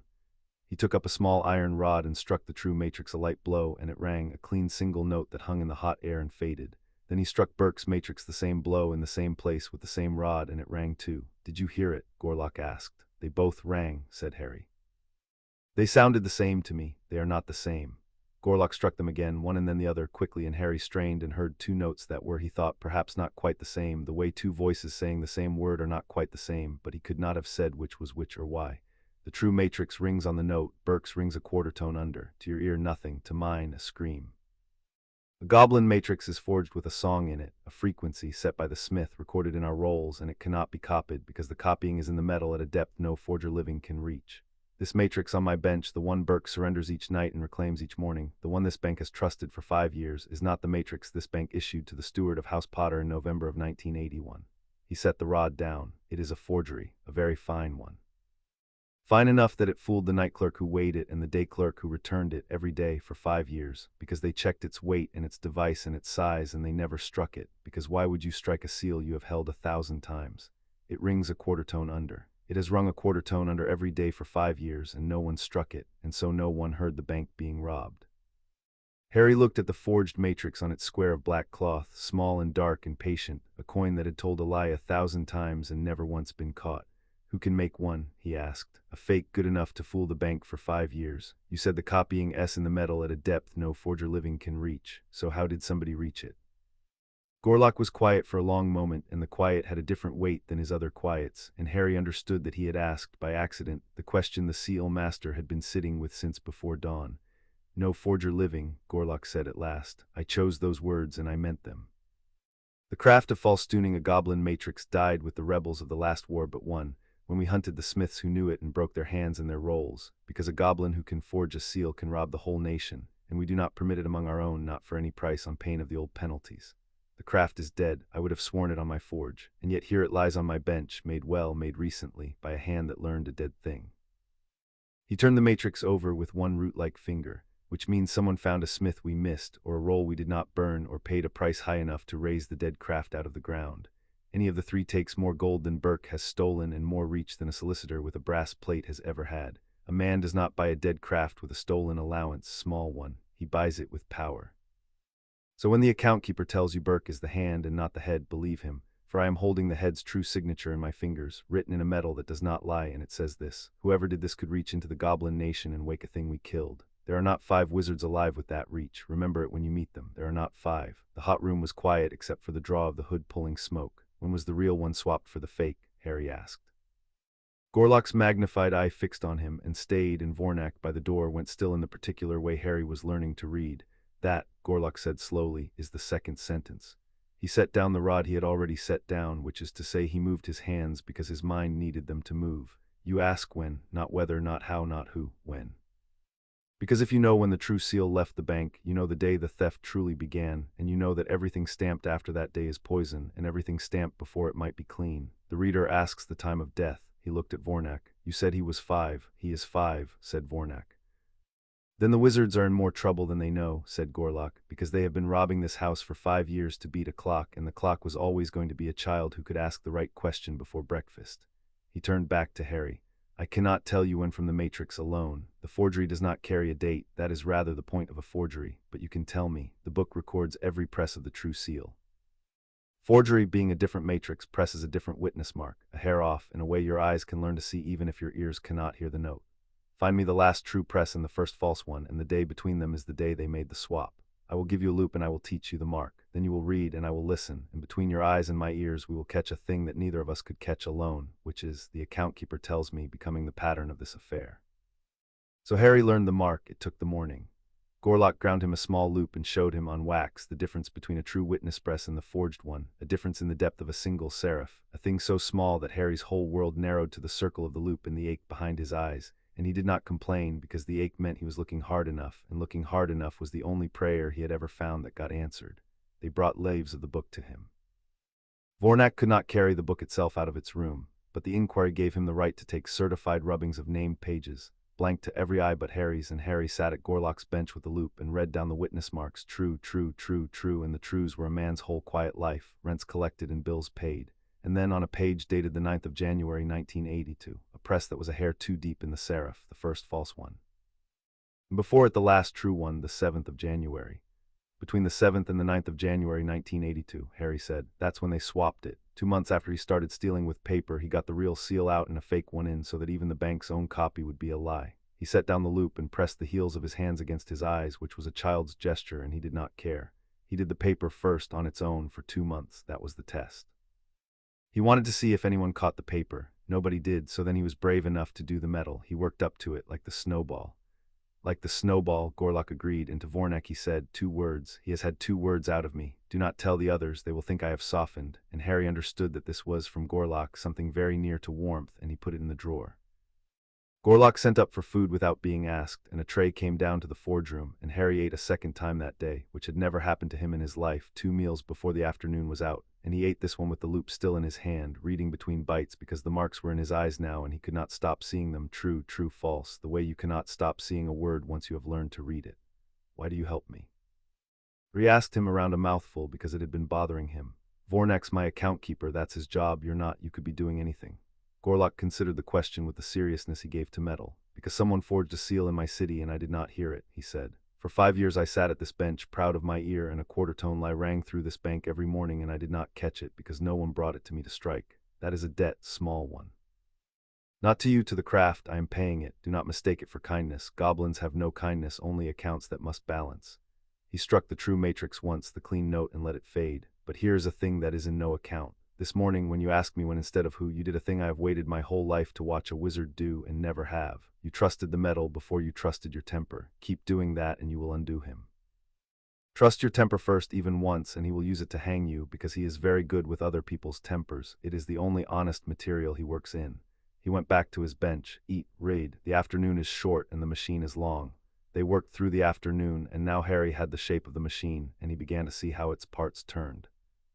There's a vault that's asleep, he told Vornak, reading down a rubbing of a page he had marked the night before, the page where the black got thick. It's in the book, but it's gray, not red, not black, like it's there but switched off. The sleeping account, the book calls it. Money goes into it, but money never comes out of it, not to us anyway. It just goes in and stops. 5 years of little bits going in and nothing coming back. He looked up. What's a vault that only eats? A laundry, said Vornak grimly. A vault opened in the name of the house that the house does not use, where stolen gold can rest until it has lost the smell of where it came from. He cannot move 300,000 galleons to his own vault in one cart. The carts are watched. So he trickles it into a dormant pot or vault, a vault that looks like yours, sits in your name, raises no flag, and from there slowly by other doors it leaves. The sleeping account is the heart of the machine. Mark it. We'll want to know every door out of it and where each door goes, because the gold that left by those doors is the gold we will claw back, with interest by the old penalties, and the doors will have names on them, and the names will not all be Burke.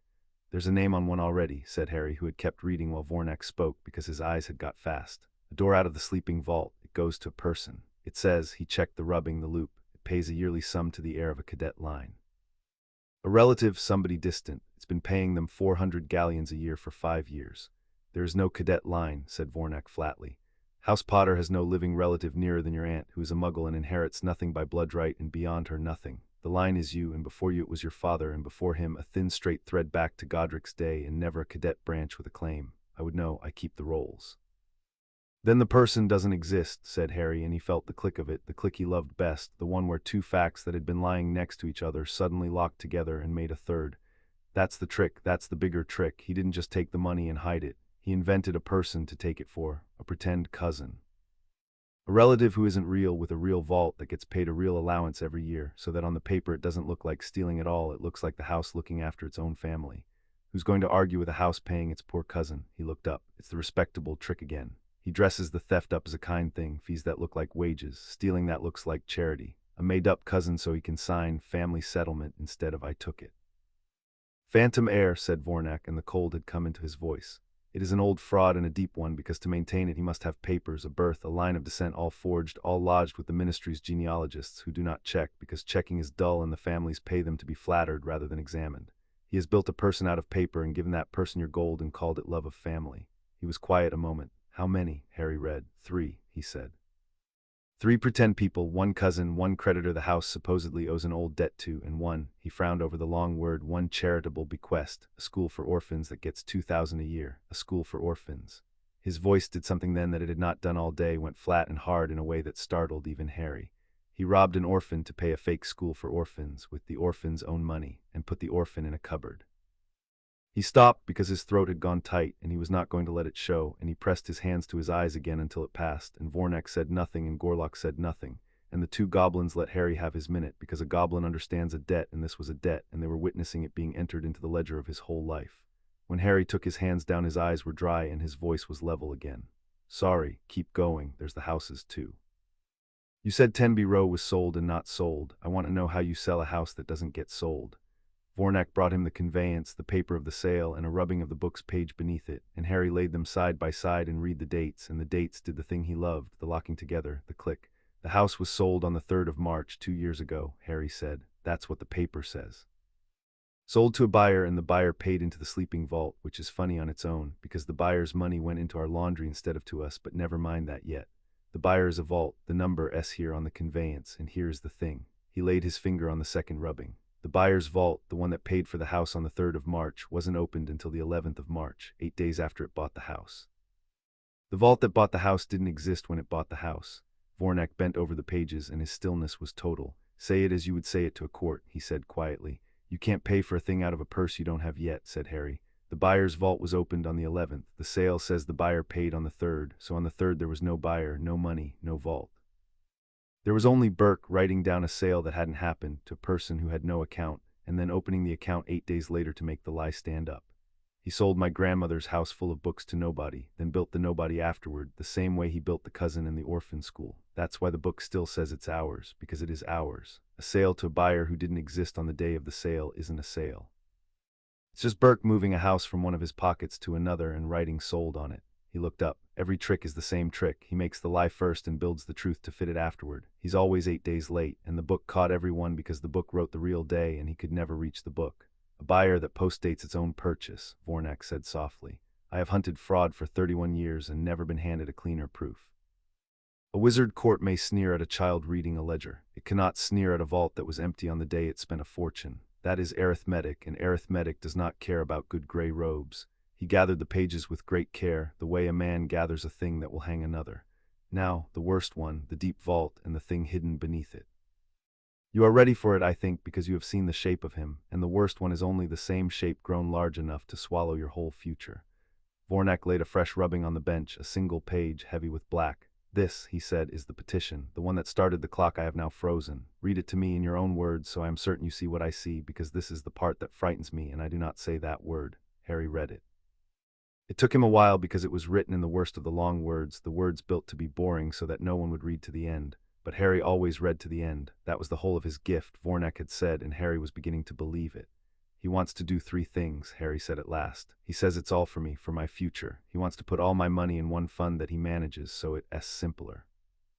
He wants to sell the houses and the land for gold, because gold is safer for a miner, and he wants to open the deep vault and inventory and realize what's in it. Harry looked up. Realize means sell. He wants to open the deep vault, the one the book says my family never opens for counting because some of what's in it isn't meant to be counted, and sell what's in it. He went back to the page, and there's a 4th thing. It's tucked at the very bottom after all the boring where you'd stop reading. It says that as part of simplifying the estate, the steward will resolve the dormant honors of the house. Resolve the dormant honors. He looked at Vornak. What's an honor, and why is it the only part he hid at the bottom? For a moment Vornak did not answer, and when he did his voice had gone very quiet and very precise. An honor, he said, is a thing that is not gold and is worth more than gold. House Potter holds a seat, a hereditary seat in the Wisengamot, the High Court and Council of Magical Britain, one of a small number of seats that pass by blood and cannot be bought, only inherited. While you are a child, the seat is dormant. It sleeps like the vault until you come of age and take it. A dormant seat is supposed to be untouchable. No one may vote it, no one may sell it. It waits for you. He set one finger on the line at the bottom of the page. Burke proposes to resolve it. In the language of the petition, that means to surrender it permanently, to dissolve the hereditary right, so that the seat ceases to be a Potter seat at all and its weight passes elsewhere. He has hidden it at the bottom because it is the one theft in this whole machine that is not about gold. Gold can be clawed back, a surrendered seat cannot. Once the bloodline gives it up, it is gone for every Potter who will ever live. Why would he want my seat? Said Harry. He can't sit in it, he's not me. He's not even a real cousin. No, said Vornak, he cannot sit in it. Which tells us the most important thing we have learned today, and I want you to hold it because it is the bone under all the gold. He crouched, bringing his folded face level with Harry's as he had in the hall at Privet Drive a lifetime ago. A man who steals gold steals for himself, but a man who arranges to dissolve a Wisengamot seat is not stealing for himself because he cannot use it. He is stealing it for whoever benefits from that seat being gone. Find who gains when the Potter seat vanishes from the chamber, and you have found the head, Harry. Burke is the hand. The seat points at the head. What's in the deep vault? Harry asked. You keep saying some of it isn't meant to be counted. What does that mean? What's down there? Vornak was quiet, and for once it was not the quiet of a goblin choosing his words, but the quiet of one who did not entirely know the answer. I do not know all of it, he admitted. No account keeper does. The deep vault of an old house is sealed even to us. We guard the door and we do not hold the key because the key is blood, like the book. I know it holds heirlooms. Goblin-forged things, some of them, made for your line in ages when goblins and wizards made things together instead of suing one another. I know one item and it is listed in our oldest roll only as the Potter charge, with no description, which means it was thought too dangerous or too precious to set down even for us. And I know this, a man does not spend 5 years and a forged seal and a dead craft to steal gold he could have skimmed quietly forever. He has grown bold and loud and fast all at once after years of patience, because there is something in that vault he must have, or his master must, and the having of it is worth the risk of being caught. The gold was the slow theft. The vault is the real one. We simply do not yet know what it is he reaches for in the dark.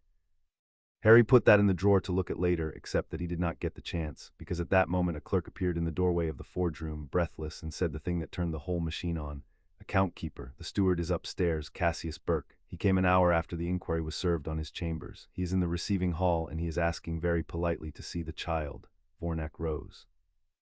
Gorlock set down his tools and reached, without hurry, for a hammer that was too good for hammering. And Harry stood up in his new gray clothes that fit him, and put his hand in his pocket and closed it around the amber sweet he had saved, not to eat, just to hold, because he was 5, and the steward who had put him in a cupboard with his own stolen money was upstairs, asking very politely to see him. "Do I have to?" Harry asked. He was not afraid, or not only afraid, he was calculating. "Or is it better if I do?" "It is better if you do," said Vornak, "and you do not have to, and that is exactly the difference between his world and the one I am going to try to build for you. He will tell you that you have no choice. You always have a choice. Today you will choose to walk into a room and let a dangerous man underestimate you, because an enemy who underestimates you tells you things he means to keep. Say little, ask less. And when you ask the one question whose true answer he cannot give, and then watch his face, not his mouth, because the mouth has been lying since before you were born and the face is an amateur." He started up, then paused, and Harry, "Whatever he calls you, whatever warmth he pours, remember the school for orphans, remember the cupboard, not to make yourself angry. Anger is loud and he reads loud. Remember it so that nothing he says can reach the place where you keep the truth, because that place is the only ground in this whole bank he cannot buy." They went up. The receiving hall was a high cold room with a long table, and standing at the far end of it, hat in his hands, was a tall man in good gray robes finer than Harry's new ones, with silver hair brushed back from a high forehead, and a face arranged into a kindness so complete that Harry, who had spent 5 years learning the difference between a true thing and a thing bolted together for weight, knew within 1 second before a word that he was looking at the most accomplished liar he had ever met. "Merlin's beard," said Cassius Burke softly, and his voice was warm and low, and it filled the cold room like a fire that gives light and no heat. "Look at you, Harry, James and Lily's boy." He came forward unhurried and crouched at a careful, practiced distance, the distance of a man who knows children are skittish and wants to be seen knowing it. "I have thought about you every single day for 5 years. I have signed your name 1,000 times and never once met the child it belonged to, and they would not tell me where they had hidden you, for your safety, they said, and I have lain awake wondering if you were warm, if you were fed, if anyone was reading to you at night." His eyes shone. They actually shone. Harry watched him produce the shine, the way the fellow in the yellow hat had produced the cards. "And here you are, and clever, I'm told, reading already. Your mother would be so proud." Harry said nothing. He had been told to say little, and besides, he was busy. He was watching the face. "They have told you things," Burke went on gently, "frightening things, I expect, about your old steward. Goblins are good people in their way, Harry, but they see theft in every shadow. It is their nature. They cannot help it, and a house as old as yours has 1,000 transactions a goblin might misread if he were looking to be alarmed." He spread his hands, helpless, honest. "I am not your enemy. I am the one who has kept your house standing while you grew. And I have come the moment I heard you were found to do the thing I have wanted to do for 5 years, which is to take you home, somewhere safe and warm, and look after you properly, the way your parents would have wished, until you are old enough to understand the dull business of estates. Will you let me do that? Will you come home?" It was, Harry thought, a very good speech. It had everything. It had his parents' names and a crouch at the right distance and shining eyes and a kindness you could warm your hands at. And if Harry had been any other 5-year-old in the world, it would have worked, because it was built, with great care and long practice, to work on a 5-year-old. But Harry was not interested in the speech. He had stopped listening to the words 2 sentences in, because the words were the sleeve, and the trick was never in the sleeve. He was watching the face and counting, as he counted everything, and he had found, while Burke talked, the one fact in the room that did not balance. "You said you signed my name 1,000 times, Harry said, "and you said you never once met me and they wouldn't tell you where I was for my safety." "That's right," said Burke, warm, encouraging, a man delighted the child had spoken at all. "Then how did you know to come to the bank today?" said Harry. Warmth on Burke's face did not move, which was itself the answer, because a true face moves. A true face would have said, "The goblins wrote to me, of course," and looked puzzled at so small a question. Burke's face did not move at all. It held its kindness perfectly still, the way a man holds still when he has stepped on something in the dark and is working out very fast whether it is going to go off. "The bank notified my chambers of the inquiry," Burke said, smooth, a half-second late, naturally. "The inquiry says somebody's stealing," Harry said. "It doesn't say I'm here. Vornak told me. The inquiry froze the money and named the things, but it doesn't have me in it, because I'm a secret, because nobody's supposed to know where I am for my safety. You just said so yourself. So the paper that went to your chambers couldn't have told you I was at the bank, but you came an hour later asking to see the child. You knew I was here. And the only way you knew I was here is if somebody inside the bank told you, the same somebody who's been helping you for 5 years, or if you knew I'd be here because you're the one who set the clock that made the goblins come and get me." He tilted his head the way Vornak did. "Which one is it, Mr. Burke? Because both of them mean you just lied about not knowing where I was. And if you lie about a little thing like that, standing in a room full of goblins who can hear a seal ring a quarter tone wrong, then I don't think you've been lying awake worrying if I was warm. I think you've been lying awake worrying about today." The cold room was very quiet. For perhaps 2 seconds, no longer, Cassius Burke let Harry see the thing under the kindness. It was not anger and it was not fear. It was assessment, cold and total, the look of a man repricing an asset he had badly undervalued. And in it Harry saw clearly that Burke was not going to surrender, was never going to surrender, that the smooth and the warmth and the shining eyes were not a coward's mask over a coward but a weapon over a will, and that the will was patient and old and would now, having taken Harry's measure, do something much worse than shout. Then the kindness came back down over it like a blind drawn over a window, smooth, complete, and Burke rose to his full height and put on his hat, and when he spoke his voice was as warm as ever, and there was a knife somewhere inside it now that only Harry and the goblins could hear. "What a remarkable imagination," he said gently. "Grief does that to children. I've seen it so often, this need to make a villain to find a shape for the pain. We'll be patient with it." He turned his kind eyes on Vornak. "He is overwrought and overstimulated in being filled with goblin suspicion against the one wizard charged by law with his welfare. I will be generous and assume the bank means well, but understand me, account keeper. This child is a ward of the Wisengamot, and his guardianship rests with the chief warlock, not with you, and not with a book. You have frozen an estate on the word of a 5-year-old reading a ledger no court has ever recognized. I will be raising the matter with the chief warlock himself today, and I think you will find that the highest authority in magical Britain takes a rather different view of where this boy belongs and in whose care and how soon." He inclined his head, the perfect picture of a wronged and patient man. "Good afternoon. I'll see myself out. I know the way. I've always known the way." And he left unhurried, his good gray robes whispering on the stone, and the door closed behind him, and Harry let out a breath he had been holding without knowing it, and discovered that his hand in his pocket had closed so hard around the amber sweet that it had cracked. "He's going to the head," Harry said, "right now, to tell them I'm reading the book." "Yes," said Vornak, "and the head's the chief warlock, the guardian, the one whose seal is on top of Burke's on the paper that made all of this start."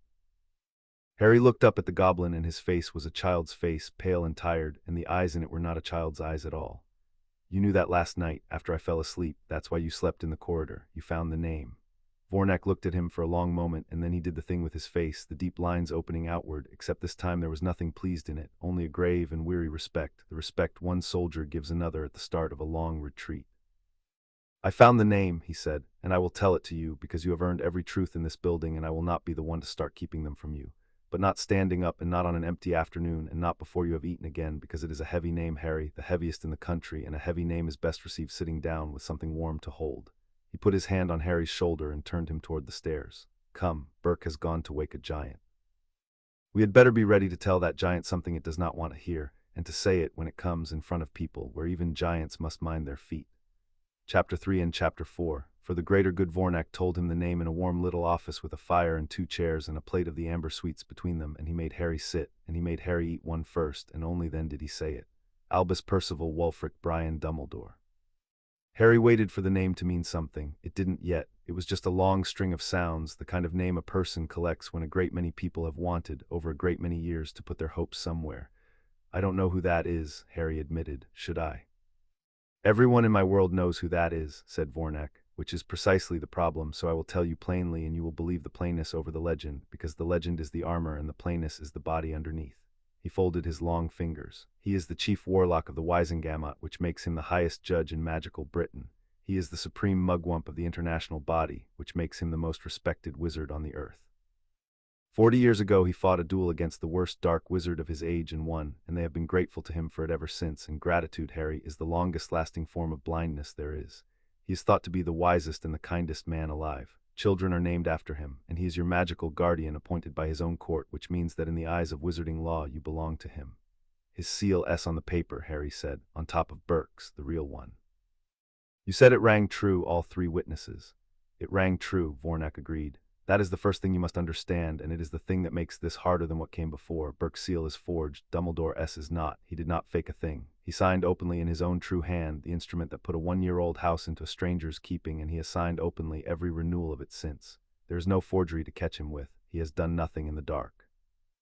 Vornak leaned forward. which means he is either the most catastrophically careless guardian in the history of my bank who handed your fortune to a thief and never once looked at the account in 5 years, or he is something a great deal worse, and the trouble, Harry, the real trouble is that I cannot yet tell you which, and neither can you, and a man you cannot read is more dangerous than a man you can. Why does everyone trust him? Harry asked. If he won a fight 40 years ago, that's a long time. People forget things in 40 years. They forgot whether my parents died in a car or on a lane. They do not trust him for the duel, said Vornak, or not only, they trust him because he gives them permission to stop thinking. He is so plainly good, so plainly wise, that a tired and frightened people may simply set their judgment in his keeping and go about their lives, and most people, Harry, are tired and frightened most of the time, and the offer to stop judging is the most seductive offer there is. He has made himself the conscience of a nation, and a nation with a borrowed conscience will follow it anywhere, including off a cliff, because to doubt the conscience is to have to grow one of your own, which is painful and slow and unpopular at dinner. He turned to sweeten his own long fingers. You will not beat him by proving he is wicked, because he is not mostly. You will have to do the harder thing. You will have to make a room full of grateful people look once at a number instead of at him. They have not done it in 40 years. I do not know if they can. Harry turned a sweet over in his fingers and did not eat it. He was thinking about the difference between Burke and this new name, and he found it almost at once because he had been finding things all day and his mind had got fast. Burke's easy, Harry said slowly. Burke knows he's a thief. That's why his face went still when I caught him, because there's a true thing inside him and he keeps it locked up, and I knocked on the door. But this one, he stopped hunting. If everyone thinks he's the kindest man alive, and he thinks so too, then when I catch him there won't be a still face, because there won't be a locked door, because he won't think he's done anything wrong. He'll think he did the kind thing. That's worse, isn't it? A man who knows he's lying you can catch by the lie. A man who believes his own lie you can't, because to him it isn't one. Vornak looked at him for a long moment over the fire. In 31 years, he said, no one has explained Albus Dumbledore to me as well as you just did, and I have heard him explained by goblins who have hated him for a century. Eat the sweet. You are going to need your blood up because he is coming today, and you have just described to me exactly the wizard who is about to walk through that door, and the describing of him will not make him 1 inch easier to fight. He had barely finished saying it when there was a knock, 2 soft chimes, the polite sound of a man who could have come through the wall and chose to knock instead so that you would feel he respected the door. Already, Vornak said, rising. He did not even wait for Burke to finish telling the tale. He came the moment he heard. Mark that, Harry, before you mark anything else. He came himself, and fast, which means he is worried, and a worried Dumbledore is a thing the strongest in this country have learned to fear. Sit up, hold your sweet, let him be kind at you, and do not, whatever else you do, let him be kind at you for free. The door opened, and Albus Dumbledore came into the warm little room, and the room seemed to grow larger to make space for him, and smaller at the same time. The way a room does around a person, everyone has agreed, is important. He was very tall and very old, and he wore robes of a deep midnight blue sewn with tiny silver stars that moved, and his beard was long and white and tucked into his belt, and his eyes were a startling blue behind half-moon spectacles, and they found Harry at once, and they filled immediately and without any apparent effort, with a warmth so gentle and so sad and so glad all at once that Harry understood, looking up into them, that this was a far more accomplished thing than anything Burke had done.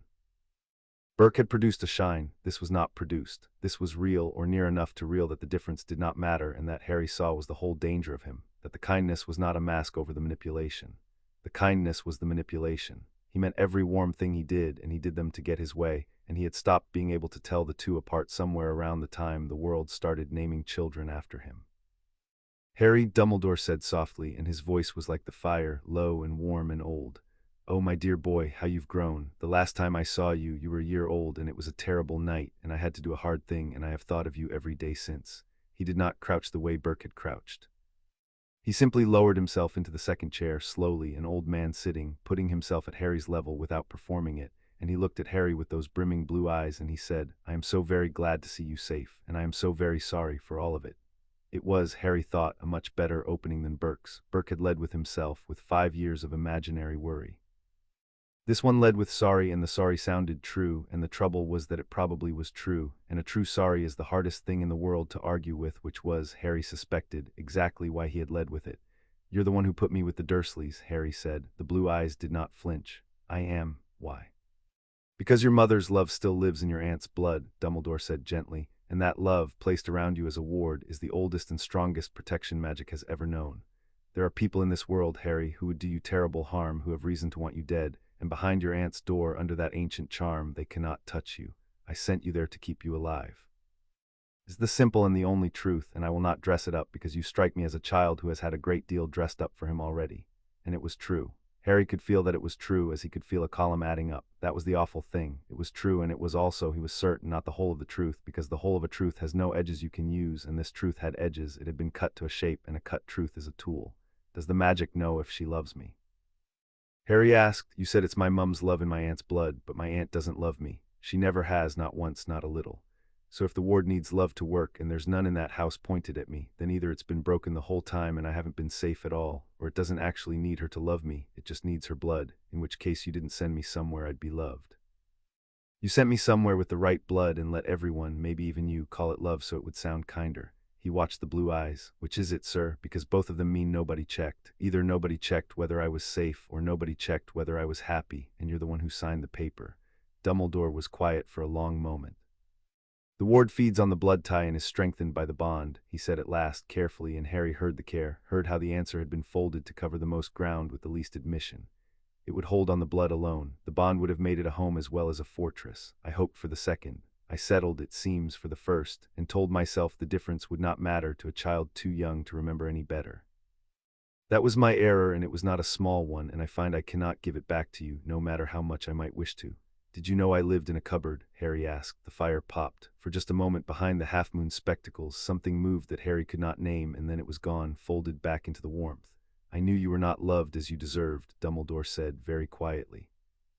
I told myself that safety mattered more than love for a few years, until you were old enough to be protected other ways.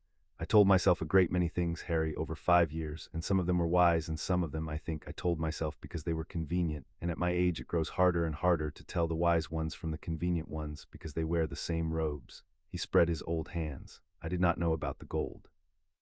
I want you to believe that, though you have no reason to. I did not know Cassius Burke was stealing from you. I appointed him because he was respectable and dull, and I had a war's worth of other things to watch, and I never looked at the account, and that is my failure, and it is a grave one, and I have come to set it right. You had a war's worth of things to watch, Harry repeated. But the war was over. Everyone says it ended the night my mum and dad died. So what were you watching after that was more important than the account of the baby you just put yourself in charge of? Dumbledore was quiet a moment. The war was not over, he said. It only looked over. The one who killed your parents was gone, but not, I believe, dead, and his followers were not gone at all. They bought their freedom with gold and lies and slid back into their fine houses, and I have spent 5 years watching them because I am nearly the last who still believes they are merely biding their time. That is the truth, Harry. It is also the most convenient possible excuse for a guardian who could not be troubled to read a ledger. Both are true at once. That is the curse of my whole life. The thing I must do and the thing I wish to do are forever wearing the same face, and I lost the trick of telling them apart so long ago that I am no longer certain I ever had it. That's honest, Harry said, because it was more honest than anything Burke had managed, and it did not make him trust him 1 inch more, which was a thing he was learning about honesty, that it was not the same as being on your side. A clever person could hand you a true thing the way you hand a dog a stick to get it to run where you wanted. How? Said Harry. By taking you home, said Dumbledore, and there it was, the turn, smooth as the fire, where you are safe, and letting the proper authorities untangle the money in the proper way. This is no place for a child, Harry. Goblins are not kind, whatever they have told you. They have their own ends always, and a frightened, friendless boy is a very useful thing to a bank that wishes to embarrass the ministry. You have been clever, I'm told, marvelously clever, and I am proud of you, but cleverness in a child is a candle in a high wind, and the kind thing, the safe thing, is to take the candle indoors before it gutters. Come home with me. Let the grown-ups carry this now. It was beautifully done. Harry could admire it even as it was being done to him, as he had admired the cards in the yellow-hatted wizard's hands. Every sentence was a gift and a door closing at the same time. Safe, proud, kind, home, and under all of it, the one thing he actually wanted, which was for Harry to leave the bank, leave the book, leave the one place on earth where the truth was written in an ink that answered only to Harry's blood. No, thank you, said Harry. Dumbledore blinked. I'd like to stay, Harry said. Here. With the book, because the book's the only thing that tells the truth, and you want me to leave it, and I've learned that when somebody wants me to stop looking at a thing, that's the thing I should look at hardest. He set his uneaten sweet down on the plate carefully, lining it up with the others. You said you didn't know about the gold. I think that might even be true, but you knew about the seat. The warmth on Dumbledore's face held perfectly still, and Harry, who had watched Burke's face do exactly this an hour before, understood that he had found the locked door after all, and that this man had one too, only his was hidden so well that even he had half forgotten it was there. Tell me about the seat, sir, Harry said, because Vornak showed me. My family has a seat in the Wisengamot. It's supposed to sleep until I grow up. Nobody else allowed to use it. Nobody else allowed to vote it. It waits for me. He kept his voice level, the flat, clear voice he used for true things, the voice that did not push. Only somebody has been voting it for 5 years, and the only person who can vote a dormant seat, the person the law says holds a ward's voice until the ward grows up, is the ward's guardian. That's you. He looked up into the startling blue eyes. You've been voting my family's seat in the highest court in the country, on every law for 5 years. You didn't steal my gold. But you took my family's voice and you used it, and you never asked me, and you put me in a cupboard so I'd be too far away to ever wonder where it went. The low-ceilinged room was very quiet. Vornak by the door did not move and did not breathe, watching a thing he had waited a long time to watch. The wisest man in Britain asked a plain question by a child with no good answer in the room. When Dumbledore spoke again, his voice had changed. The warmth was still in it, but under the warmth now there was iron, very old and very tired and utterly certain, and Harry understood that he was hearing, for the first time, the actual man, the one who had won the duel 40 years ago. "Yes," said Dumbledore, "I have voted the Potter seat. Let me tell you why, and then you may judge me, and you will judge me harshly, and you will be partly right." He leaned forward, and the stars on his robes turned slowly. "When your parents died, the war was not over, Harry, whatever the celebrations told you. The dark faction that murdered your mother and father did not vanish. It dressed itself in fine robes and walked into the very chamber where the laws are made, and it has spent 5 years trying, vote by quiet vote, to undo every protection that keeps the weak in our world safe from the strong. Some of the oldest seats in that chamber are held by such families, and when they move together, they are very nearly enough to win. Very nearly. They lack, on the worst days, a single vote." He paused. "The Potter seat is one of the great seats. Voted with the darkness, it would have tipped a dozen evil laws into being. Left empty, abstaining, it would have done the same by silence. So I held it and I voted it for the light, your parents' light, the cause they died for, and a great deal of harm was kept out of the world by a voice that was, you're quite right, not mine to use. I told myself your mother and father would have voted as I did. I'm almost certain they would, and it does not matter at all because they were not asked and neither were you, and a good deed done with a stolen voice is still a theft. I have always known that. I did it anyway, for the greater good." "For the greater good," Harry repeated. He tasted the words. They were good words. They were, he thought, the most dangerous words he had heard all day. More dangerous than anything Burke had said, because Burke's lies were about Burke and these were about everybody, and a man who is stealing for everybody never, ever stops. A thief who steals for himself, Harry thought, working it as he worked the book, has a full point, a place where he is at last rich enough and he stops. A man who steals for the greater good can never be finished because the good is never finished. There is always one more evil law to block, one more dark family to outvote, one more reason that this year, this once, the ends are worth the quiet theft of a dead couple's voice. The first kind you can starve, take back the gold and the hunger ends. The second kind you cannot, because his hunger is to be right, and being right has no bottom. That, Harry decided, was the true difference between the one who had left through that door an hour ago and the one sitting in front of him now. Burke wanted things, Dumbledore wanted to be the one who decided. And of the two, Harry was no longer certain which he should be more careful of. "You might be right about the votes," Harry said. "I don't know enough yet. Maybe you saved people. Maybe the bad families really would have won. I can't check that, so I won't pretend to." He frowned, working it as he worked the book, holding the parts apart in the air. "But here's the thing I can check. If you really thought you were doing the right thing, voting my seat for the light, you'd have written it down. You'd have told the bank, I'm voting the Potter seat, here's why I keep a record.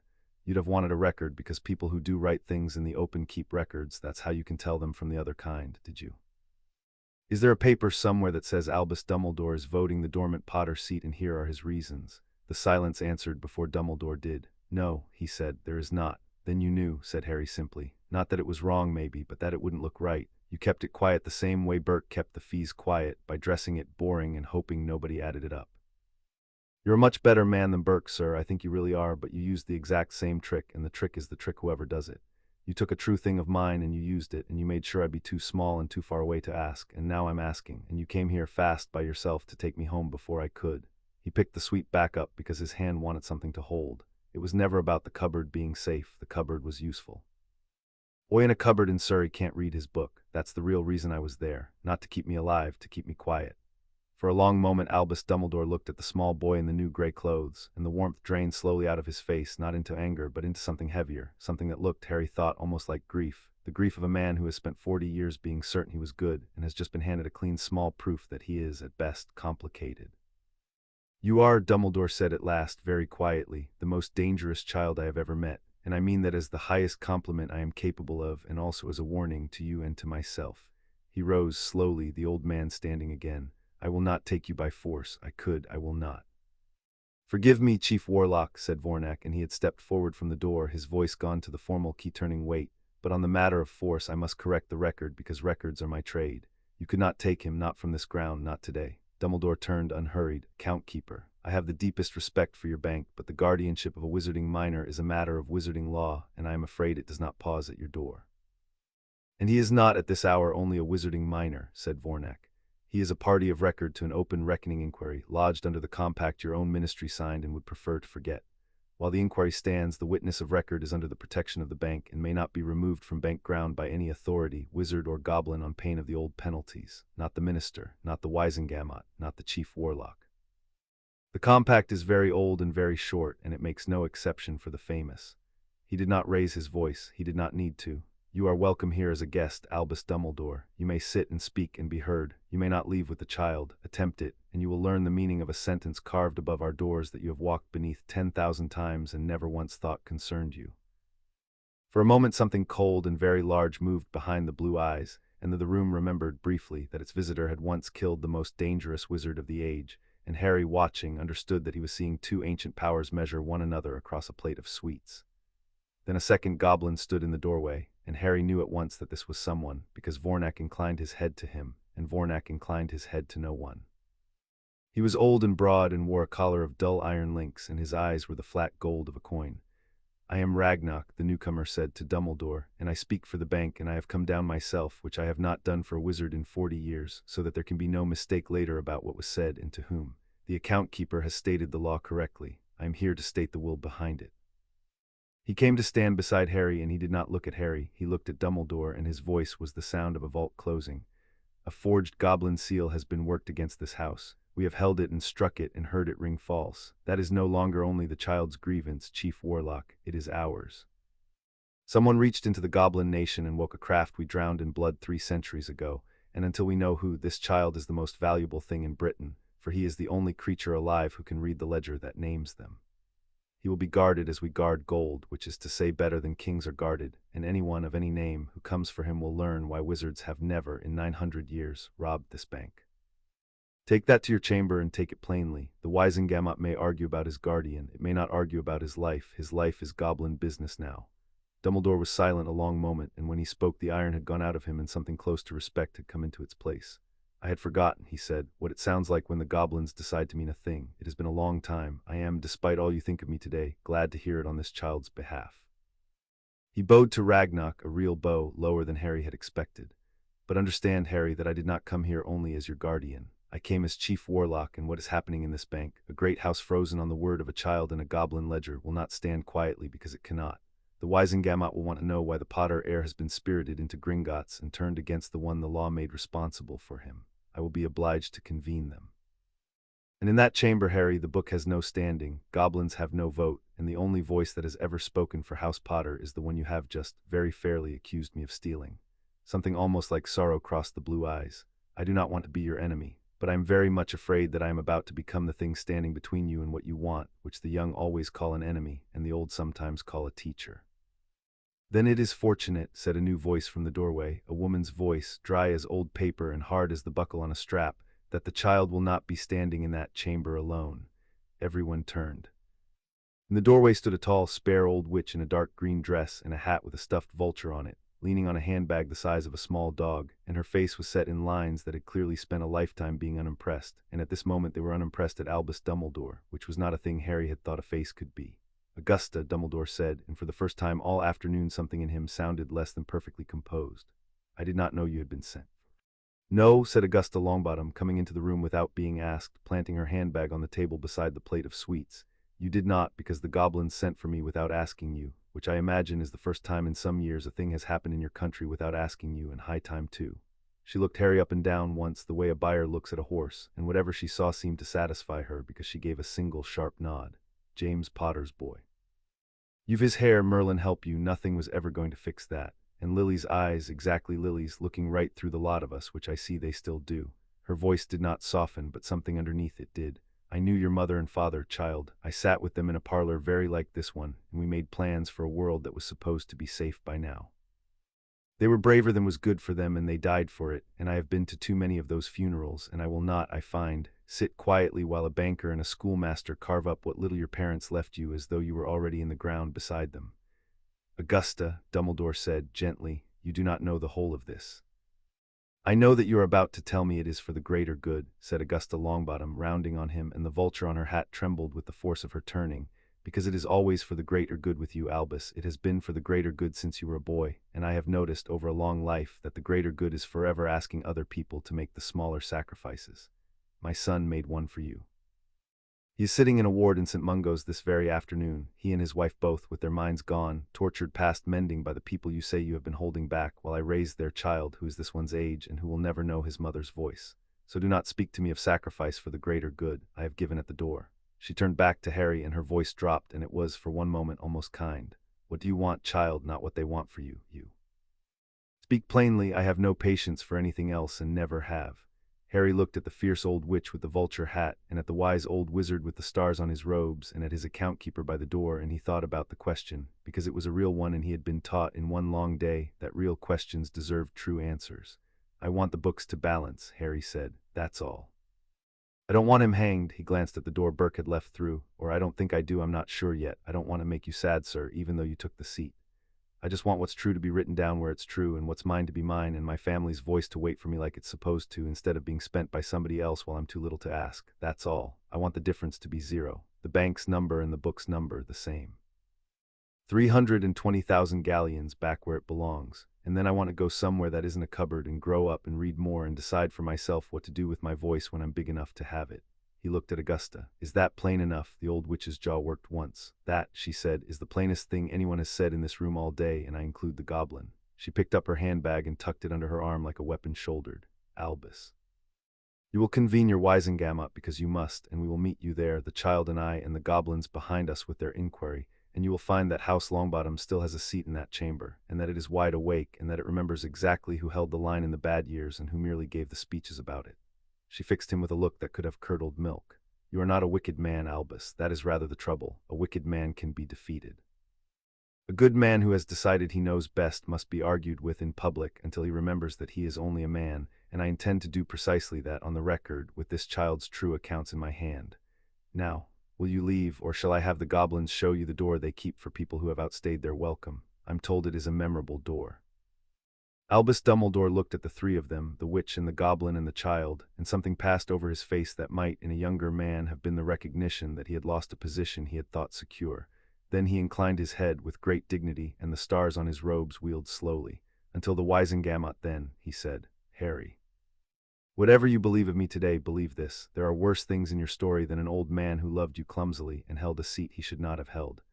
I have spent 40 years watching the dark, and it has not stopped watching back, and the freezing of your fortune has rung a bell that more than goblins can hear. Be careful whom you trust in the days to come. Burke is frightened, and frightened men with powerful friends do frightened things. He moved to the door and paused, and for a moment the warmth came back into the blue eyes, and this time there was no edge in it that Harry could find, which was, somehow, the most unsettling thing of all. You asked for the difference to be zero. It is a beautiful thing to want. I hope you get it. I hope, more than I can say, that getting it does not cost you the thing that makes you able to want it. And he was gone, midnight and silver, down the corridor, and the room let out its held breath and shrank back to its proper size. Augusta Longbottom sat down heavily in the chair Dumbledore had left, and looked at the plate of amber sweets, and took one without asking, and ate it, and looked at Harry. Well, she said, he's right about one thing, the old fox, and only one. Burke is frightened, and Burke has a master we have not yet named, and somewhere between this room and that chamber they are going to try to make this whole business disappear, and the simplest way to make an inquiry disappear is to make the only witness disappear, and you, child, are the only witness. She turned to Vornak. I take it your people have thought of that. My people, said Vornak, have thought of little else since the child fell asleep on my shoulder. He does not leave the bank. He does not eat what we have not weighed, and he is never, at any hour, more than one locked door from a goblin who would consider it the honor of his life to die badly in the way of anyone who came for him. He looked at Harry, and the deep lines of his face did the thing, opened and closed. But you are right to name it, Lady Longbottom, and I am glad, against all my long opinion of wizards, that you have come, because the bank can keep him alive. The bank cannot give him a voice in your chamber. Only one of your own can do that, and they sent me to find the one wizard in Britain who could not be bought, and there was, in the end, only one name on that very short list, and it was yours. Of course it was, said Augusta Longbottom, taking a second sweet. Now, somebody fetch me a proper chair and the whole of this child's true accounts from the beginning, and do not leave out the boring parts, because the boring parts are where they always hide the bodies. What happens first? Harry asked. 2 fights, child, not one, and you must hold them apart in your head the way you hold those numbers apart, because they live under different laws.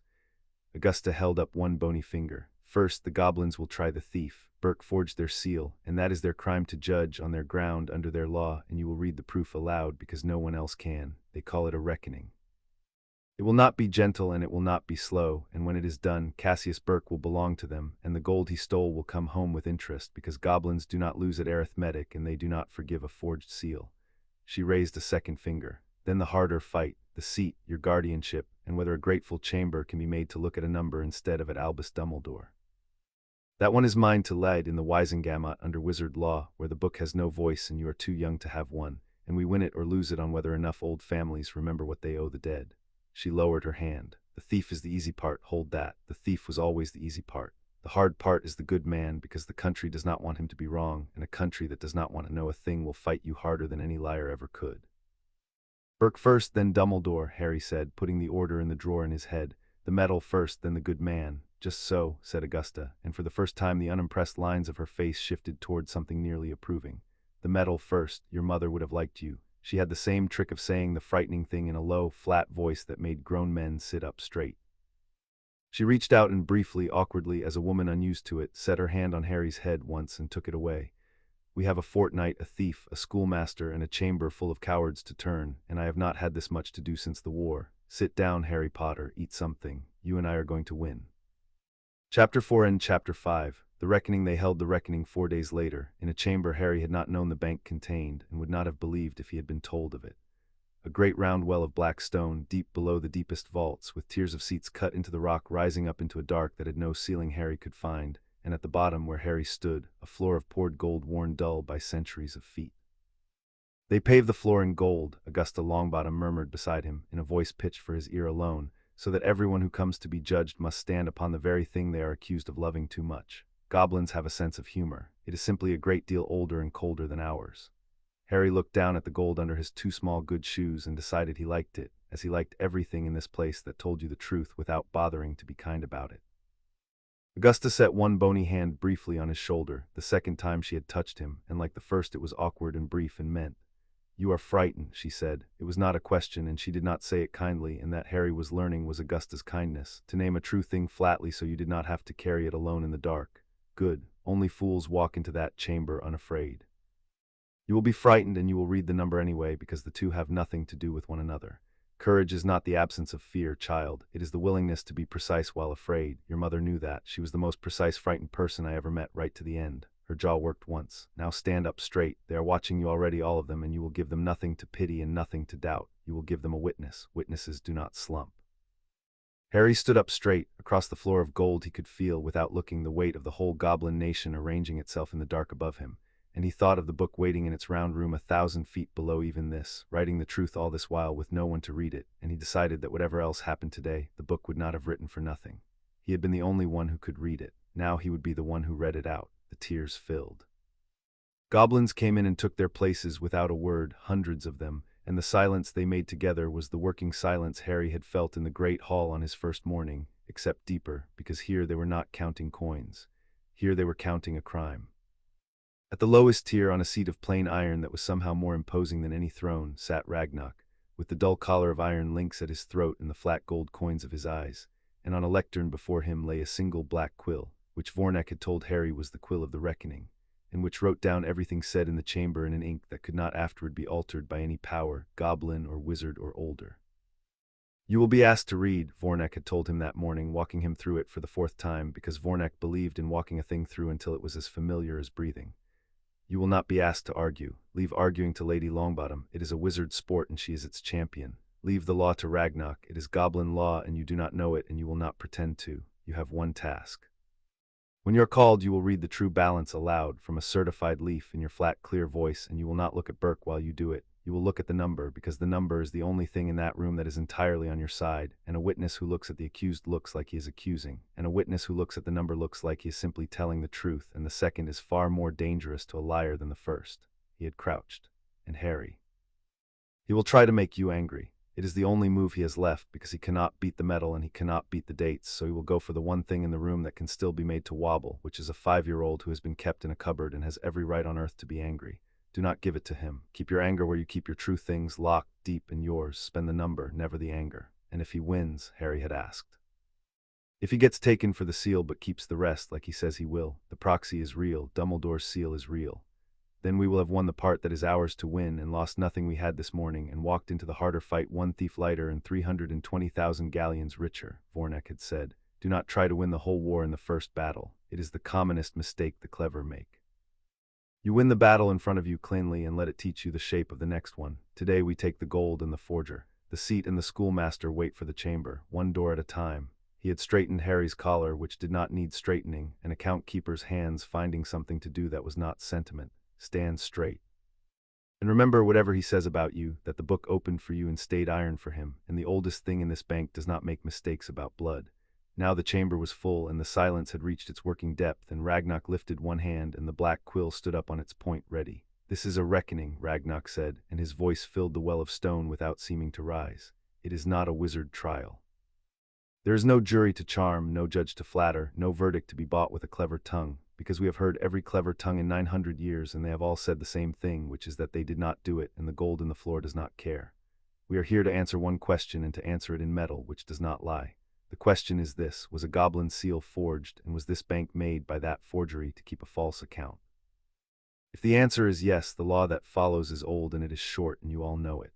His flat gold eyes moved across the tiers and came to rest at the bottom of the well. Bring in the steward. They brought in Cassius Burke. He came between two goblin guards in good gray robes with his silver hair brushed back, and he did not look like a man being marched to judgment. He looked like a man arriving, a little late and a little put upon, to a meeting he considered beneath him. He glanced around the great stone well with the mild distaste of a guest shown into a cellar, and when his eyes found Harry at the bottom of it, standing small beside the tall green figure of Augusta Longbottom, his face did the kindly thing again, the warm sad shine, as though he had come all this way only to make sure the child was bearing up. Harry, he said gently, you poor boy, what they have made you a part of. You will not address the witness, said Ragnok without heat. You will address the chamber, or you will address the metal, and the metal does not answer. Sit. Burke sat in the single chair set for the accused and crossed his legs and folded his hands and waited with the patience of a man who has read the rules of the game he is in and found a hole in them and intends in his own time to walk through it. Before your smith begins, said Burke, raising one soft hand, the picture of mild reason, I wish it recorded that I attend under protest and deny this chamber's authority over my person. I am a wizard, a solicitor of the Wisengamot bar, and a steward appointed under wizarding law. Whatever you judge about your own seal, you have no jurisdiction over a wizard's liberty, and any sentence you pass is void the moment it is tested in a proper court. He folded the hand away. I say it not to be difficult, but for the record, which I am told your quill keeps faithfully. I should hate for anyone to think I conceded a thing. Your protest is recorded, said Ragnok without interest, and answered. The compact of 1865, signed by your ministry and sealed by your Wisengamot, grants this bank full and final jurisdiction over any person, of any race, who forges or uses a forged instrument of Gringotts. Your ministry signed away your liberty on this one matter 120 years ago, in exchange for the privilege of keeping its gold in our vaults, and it has been glad of the bargain every day since, because it has never once had to wonder whether its gold was real. Test it in a proper court by all means. You will find the proper court is this one. There is no other for this crime anywhere in Britain. The flat gold eyes did not blink. Was that the hole you meant to walk through, steward? I am afraid we filled it a century before you were born. Let the seal master speak, said Ragnok. Gorlock came down to the floor of gold carrying the two seal matrices on their square of black cloth, the true one of his own making and the forged steward's seal of House Potter, and he set them on a stone block placed at the center of the well for the purpose, and he did not waste a word. This chamber knows my ear, Gorlock said. I will not insult it by explaining what a quarter-tone is. I will strike, and you will hear, and you will know. He took up the iron rod, he struck the true matrix. The clean note rang out and climbed the tiers and hung in the dark, and a low sound came from the assembled goblins, a sound Harry could not name, the sound of hundreds of people hearing a thing they loved sing true.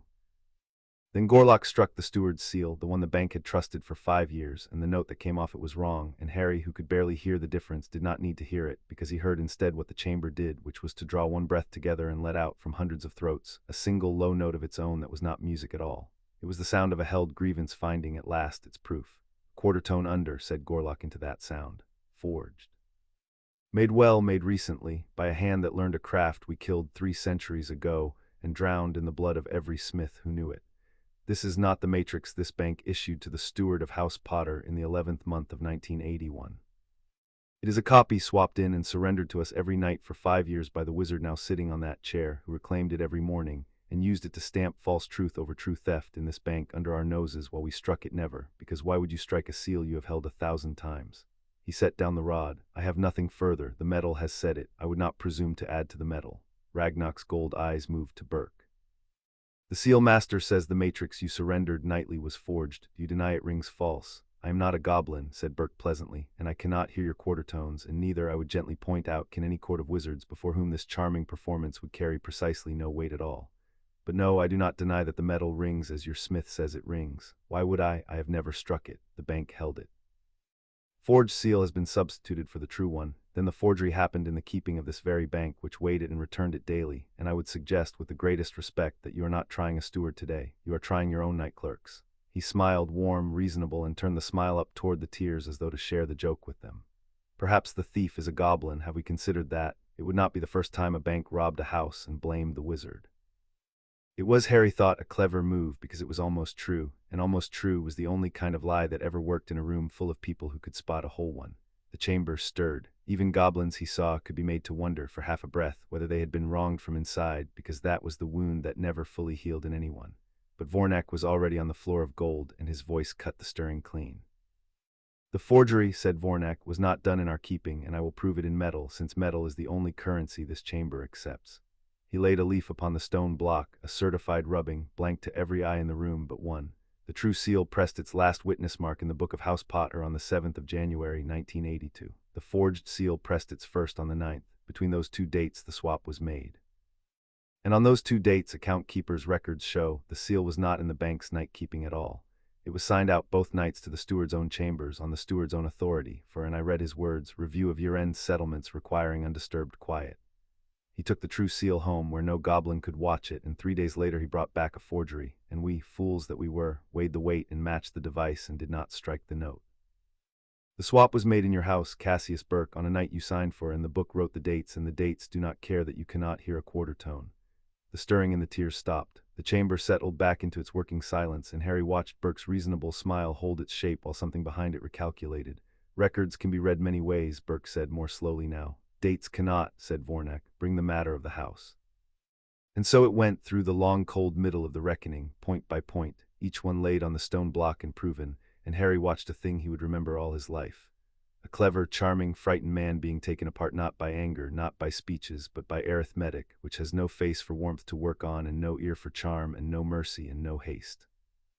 Vornak laid out the fees first and read the rate of their growth into the record, 40 galleons becoming 44 becoming 50 becoming, by the 5th year, near 200 a month, and he named the shape of it, the hunger that learns.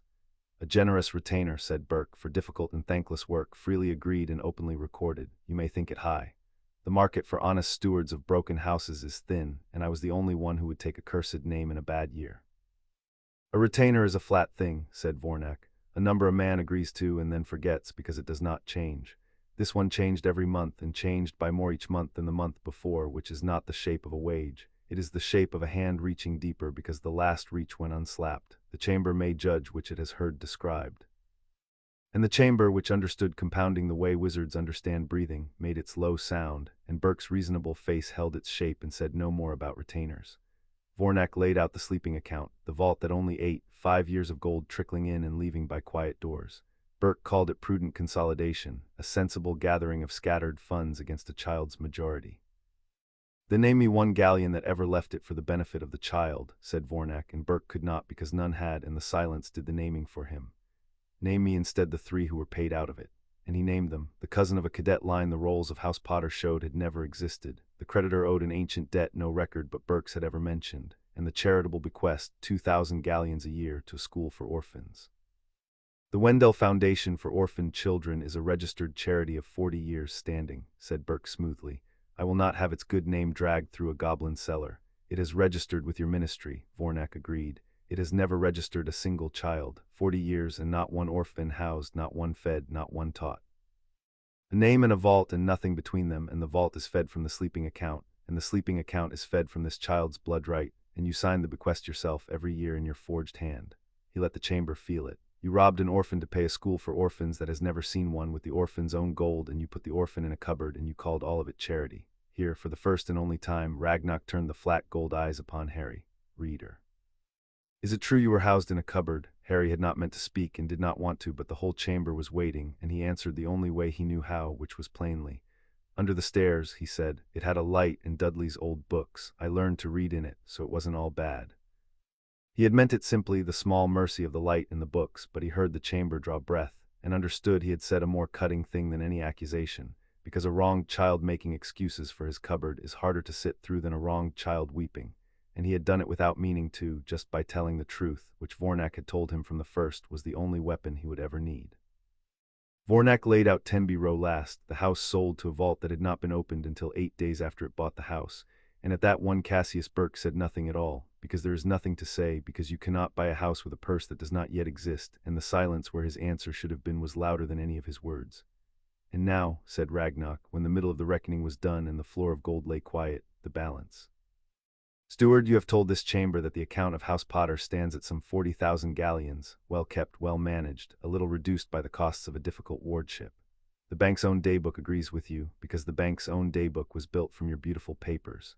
There is in all the world one record that was never built from your papers, because it cannot be touched by any hand but one, and one creature alive who can read it." The flat gold eyes came down to the bottom of the well. "Reader of House Potter, come and read us the true balance. Read us what your family is owed in the ink that answers only to your blood, that no steward and no chief warlock and no king has ever been able to forge. Read us the number." Harry walked out onto the floor of gold. He did not look at Burke. He had been told not to, and he did not want to, and more than that, he had no need to, because Burke had stopped being the point some time ago. The number was the point. Vornak laid the certified leaf on the stone block, the blank cream leaf that the whole chamber could see, and not one of them but Harry could read, and Harry put both hands on the edge of the block and let the page be what it was, and the true ink came up out of the cream like breath on cold glass, red-brown, dense, certain, and at the bottom of it the running score the book kept of what House Potter truly was, underneath everything anyone had ever said. He read it in his flat, clear voice, the voice he kept for true things, and it climbed the tears and hung in the dark. 360,000 galleons near enough, Harry said. That's what we're really owed. Gold and the houses that were never really sold and the shares and what's in the deep vault. The bank thinks we've got 40,000. The book says 360. The difference is 320,000 galleons, and the difference is the theft, all of it in one number, and the number doesn't care how old I am, and it doesn't care that he's wearing good robes, and it was true before I was born, and it'll be true after all of us, and there it is. For a moment the great stone well held perfectly still. The quill of the reckoning scratched on, writing the number into ink no one could alter, and the sound of it was very loud in the quiet. Then Cassius Burke began slowly to clap. "Bravo," he said. The warmth had gone out of his voice now, and what was left was the thing underneath it, cold and smooth and unhurried, the noir-cold Harry had glimpsed for 2 seconds in the receiving hall and now saw whole.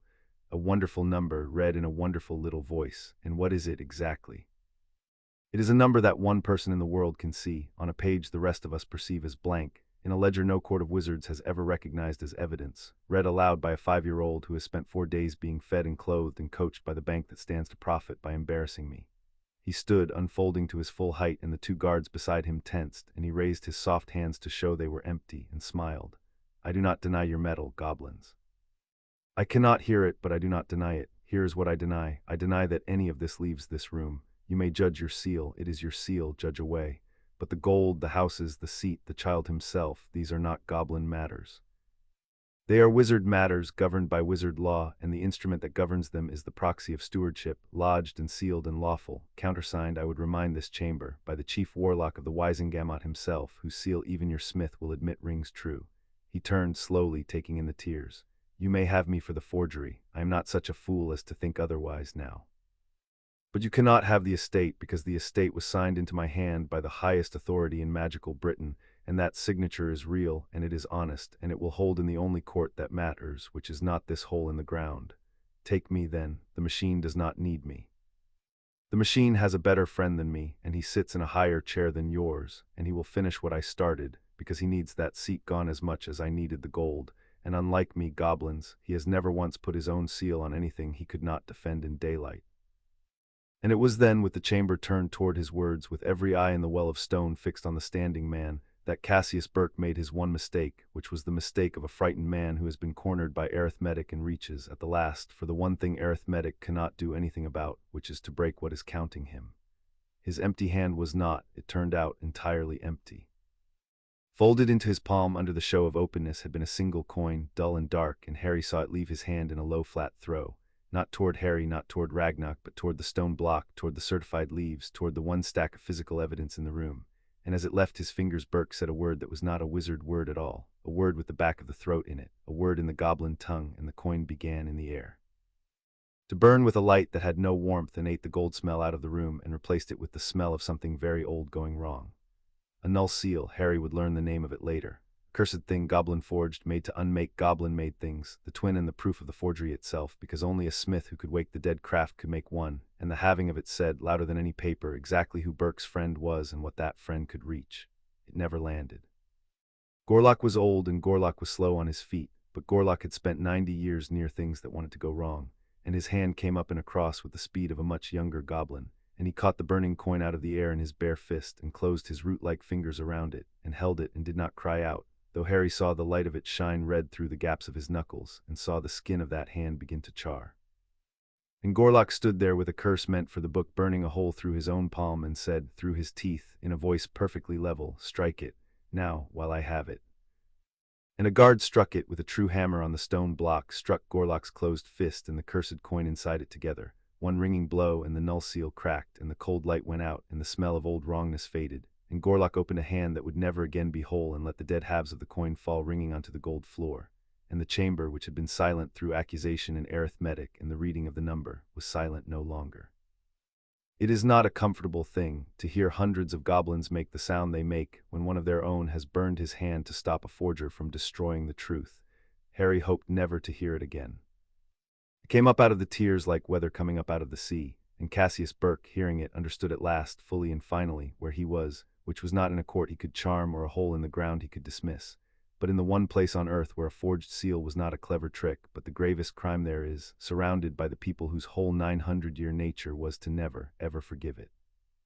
"Hold him," said Ragnock, and his voice had not risen, and somehow that was the most frightening thing of all. They held him. He did not struggle. There was by then nowhere to struggle to. "Cassius Burke," said Ragnock, rising from the iron seat, "you forged the seal of this bank. You were heard to admit you did not deny its falseness. You were seen by every soul in this chamber to carry and to cast a null seal, which only the forger's own hand could have given you, in an attempt to destroy the reckoning itself and the seal master with it. There is no clever tongue for this. There is no daylight court for this. A forged goblin seal is judged here by us under the law that has not changed in 900 years, and the law is short." The flat gold eyes were terrible now, terrible and old. "You belong to the bank. Your debt to House Potter, 320,000 galleons, is found proven, and will be reclaimed from your estate and the estates of the phantoms you built, with the interest the old law sets, which is not gentle. And your person is forfeit to goblin justice for the forgery, to be dealt with under our law and not yours in our deep places, where wizards do not go and from which, I will tell you plainly because you tried to murder my seal master, and I find I am not inclined to spare you the knowing of it, wizards do not return." He gestured, "Take him down." And they took Cassius Burke down, out of the well of gold, into a dark below the dark, and Harry watched him go, and felt where he had expected to feel something large, only a strange flat quiet, the quiet of a column that has finally added up. And he understood that Vornak had been right, that he had never really wanted Burke hanged, that he had only wanted the number to be true, and now it was, on the money side at least, written in ink that could not be altered by any power. Goblin or wizard or older, he had thought for 4 days that catching Burke would feel like winning. It did not. It felt like closing a column that had been left open so long it had begun to seem part of the page. There was no triumph in it, only the deep flat rightness of a thing brought back into balance, and Harry understood, standing on the gold floor with the quill still scratching, that this was what he had wanted his whole life and never had a word for. Not revenge, not even justice exactly, only the books made true, the difference brought to zero, the lie scrubbed off the page so the real number could show. Burke had taken that from him for 5 years. Now it was back. The rest, whatever the rest would cost, could be built on this. But Burke's last words sat in the room after he had gone, the way true things sit, and Harry turned them over because they were the only part of the afternoon that did not yet add up. "He said he has a friend in a higher chair," Harry said to Vornak, to Augusta, to Ragnock, to whoever would answer, "who needs the seat gone as much as Burke needed the gold, and the coin proves it, doesn't it? Burke couldn't make a null seal. Gorlock said it takes a smith who can wake the dead craft, and there aren't 5 wizards alive with that reach. So somebody with that reach gave Burke the coin. The same somebody who gave him the forged seal in the first place, the head, and the head isn't in goblin chains, the head's still up there." "The head is still up there," Vornak agreed grimly. He had gone to Gorlock and was binding the ruined hand with a strip torn from his own grey coat, and Gorlock was letting him, which told Harry how bad it was because Gorlock let no one do anything for him. Harry crossed the gold floor and stood in front of the seal master, who did not look at him because looking at people was not a thing Gorlock did. "You caught it," Harry said. "It was coming for the leaves, for the evidence. You caught it with your hand." "My hand was nearer than my hammer," said Gorlock, "and a seal master who will not burn for the metal is no seal master. Do not make it more than it was. It was arithmetic, like everything today. One hand against a book. The book is worth more. The sum was not difficult." But he turned his head then, the great magnified eye coming round to fix on Harry. "You read the number in a voice that did not shake. I heard you, with the curse already in the air, read it flat and clean to the end. That is the same trick I did with my hand, small one, and you will find, as you grow, that it is the only trick there is. Be precise while it burns. Now go and let the account-keeper fuss. He needs to, and I will not give him the satisfaction of seeing me grateful. And the head, Harry, is the part of this that goblin law cannot reach, because the head has been careful, the way Burke was not, to put his own seal only on things he can defend in daylight. We have the hand. The hand is ours. But the hand's coin came from a forge, and a forge takes gold to wake, more gold than Burke ever stole, and there's exactly one place in this affair where that much gold and that much reach and that much wish to see the Potter seat dissolved all meet in a single person." "His effects," said Augusta Longbottom suddenly. She had been silent through the whole reckoning, watching, the way a general watches a battle she did not order and means to learn from. Now she stepped forward, and her voice was sharp. "When you took him, you took what he carried. A man does not walk into a goblin court to defend his life without bringing his most important papers, because a frightened man keeps his proofs close. Search them, now, before anyone above ground knows how today has ended and has time to send an owl." They searched them there in the well of gold on Ragnarok's word, and in the lining of Cassius Burke's good grey robes, sewn flat where no casual hand would find them, they found 3 things. The first was a letter, unsigned, in a hand none of them knew, written on heavy cream paper with a watermark Augusta held up to the light and went very still over, that instructed the steward, in cool and careful words that named no names and promised no crimes, to see the dormant honor resolved before the autumn session, as we discussed, the timing being now of some importance to our friends. The second was a tally in Burke's own hand of how the Potter seat had been voted, session by session, for 5 years, every vote recorded, and at the head of the tally, underlined twice, the name of the wizard who had cast them, A. Dumbledore. And the third was a single sheet listing, in the dry language of accounts, the contents of a vault that Burke had clearly never been permitted to see and had longed to, the deep vault of House Potter. The one item upon it written not in description but in the same words the goblin's oldest roll used, the Potter charge, and beside it in Burke's hand a question he had set down for himself and never answered, 3 words that made the gold floor seem suddenly very cold under Harry's feet. "What is it?" Harry looked at the 3 words in Burke's neat frightened hand, "What is it?" and felt the cold come up through the gold into his shoes. Burke had stolen for gold and been caught by gold. But Burke had wanted to open the deep vault, had ached to, had set down a question to himself and never dared answer it, which meant Burke did not know what was in it either. Someone above Burke knew, or thought they knew, and wanted it badly enough to wake a dead craft and tip a chamber to get the door open. The gold was the theft anyone could see. The thing in the vault was the theft no one could yet name, the real reach beneath all the lesser reaches, and it carried a question mark, and the question mark frightened Harry more than the number had, because a number, whatever its size, is a thing you can hold, and a question mark is a door in the dark with breathing behind it. "Vornak," Harry said, "when this is over, all of it, the chamber and the rest, I want to read the deep vault. I want to know what the Potter charges before somebody who isn't me finds out first." "When this is over," Vornak said, "if there is an after in which you are still the heir and the vault is still sealed and the door still answers to your blood, then yes, you will read it. You have earned the right to know what your family thought too dangerous to write down." He did not promise it would be soon and did not pretend the if was small, and Harry was glad of both because he had had enough in 5 years of adults promising small ifs that turned out to be enormous. "The autumn session," said Augusta Longbottom, lowering the watermarked letter, and her face had gone the grey of old ash. "He means the Wisengamot. They mean to dissolve your seat at the autumn session, child, which sits in 11 days, the very day the steward's clock would have run out, which was never a coincidence at all. Burke was only ever the hand on the gold. The seat was always the prize for someone who needs the chamber tipped, and the timing is set, and the steward is taken, and that will not stop them, because the one who wrote this letter never once put his name to anything, and the one who voted the seat for 5 years did it openly for the light and believes to this hour that he was right to." She looked down at Harry, and for the first time since he had met her, the fierce old witch looked something other than certain. "We have won the easy fight, Harry. We have the thief, and we have your gold, written in ink no one can alter. And in 11 days we walk into the hard one in a chamber where the book has no voice and you are too young to have one, against a dark hand that signs nothing and a good man who signs everything and is sure he is your friend. The metal is done, now comes the good man. She straightened, and the certainty came back into her, because she was Augusta Longbottom and certainty was the only armor she had ever owned. So, we have 11 days and 3 pieces of paper and a number that is true. It will have to be enough. Pick up your evidence, child. We are going to the Wisengamot. Chapter 5 and Chapter 6. The Wisengamot. The chamber of the Wisengamot was built to make a person feel small, and it worked on everyone except Harry, who had spent his whole life being made to feel small by people far less skilled at it than architects, and had developed in the cupboard a certain immunity. It was a deep amphitheater of dark stone, lit by torches that burned with a cold purple flame, with tiers of benches rising on every side, and on every bench sat a witch or a wizard in robes of plum, hundreds of them, and at the very top, where a judge in the Muggle world might sit, was a high seat of black wood carved with the same crest Harry had seen on the doors of Gringotts, the Scales, and in that high seat sat Albus Dumbledore, chief warlock, who was both the judge of this court, and Harry thought. Looking up at him, the one on trial in it, though no one in the chamber but Harry and Augusta and the goblins seemed to have noticed the problem. They have arranged it cleverly, Augusta murmured, steering Harry to a railed enclosure on the floor of the chamber, the place where petitioners stood. She was magnificent today in plum robes of her own, her vulture hat replaced by a severe black cap, her handbag left at home like a sword left at the door of a duel that would be fought with other weapons.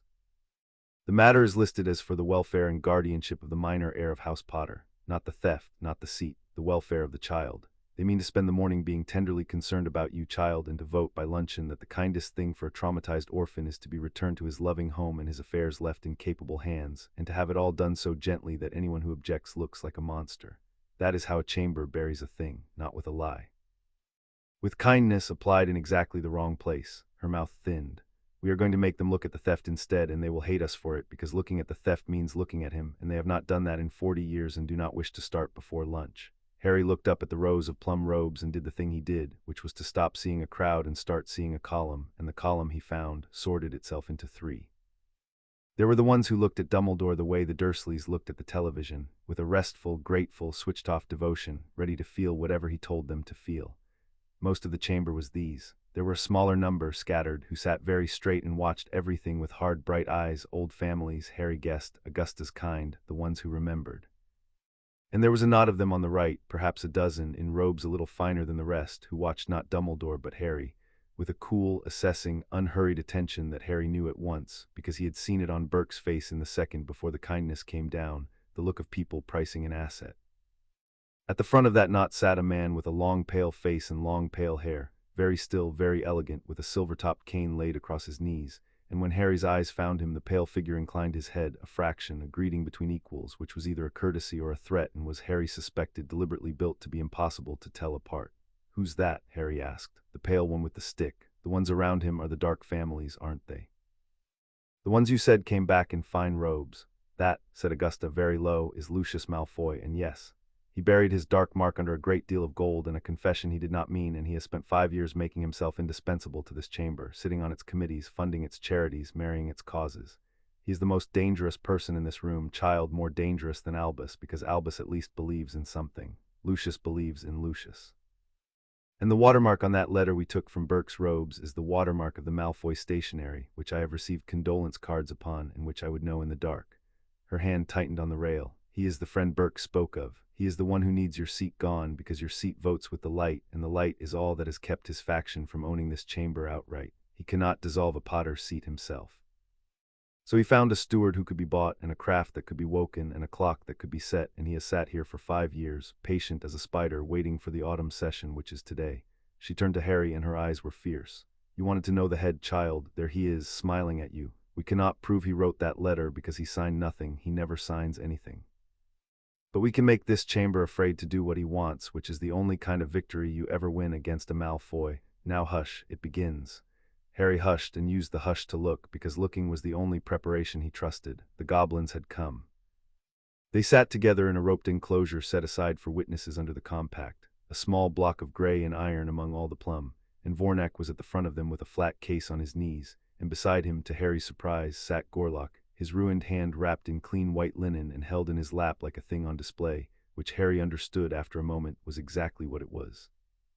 A goblin does not hide a wound taken for the truth. He carries it to the place where the truth is doubted and sets it where everyone can see.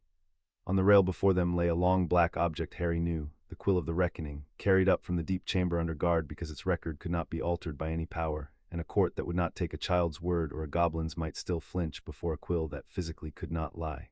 Harry's stomach was doing something complicated.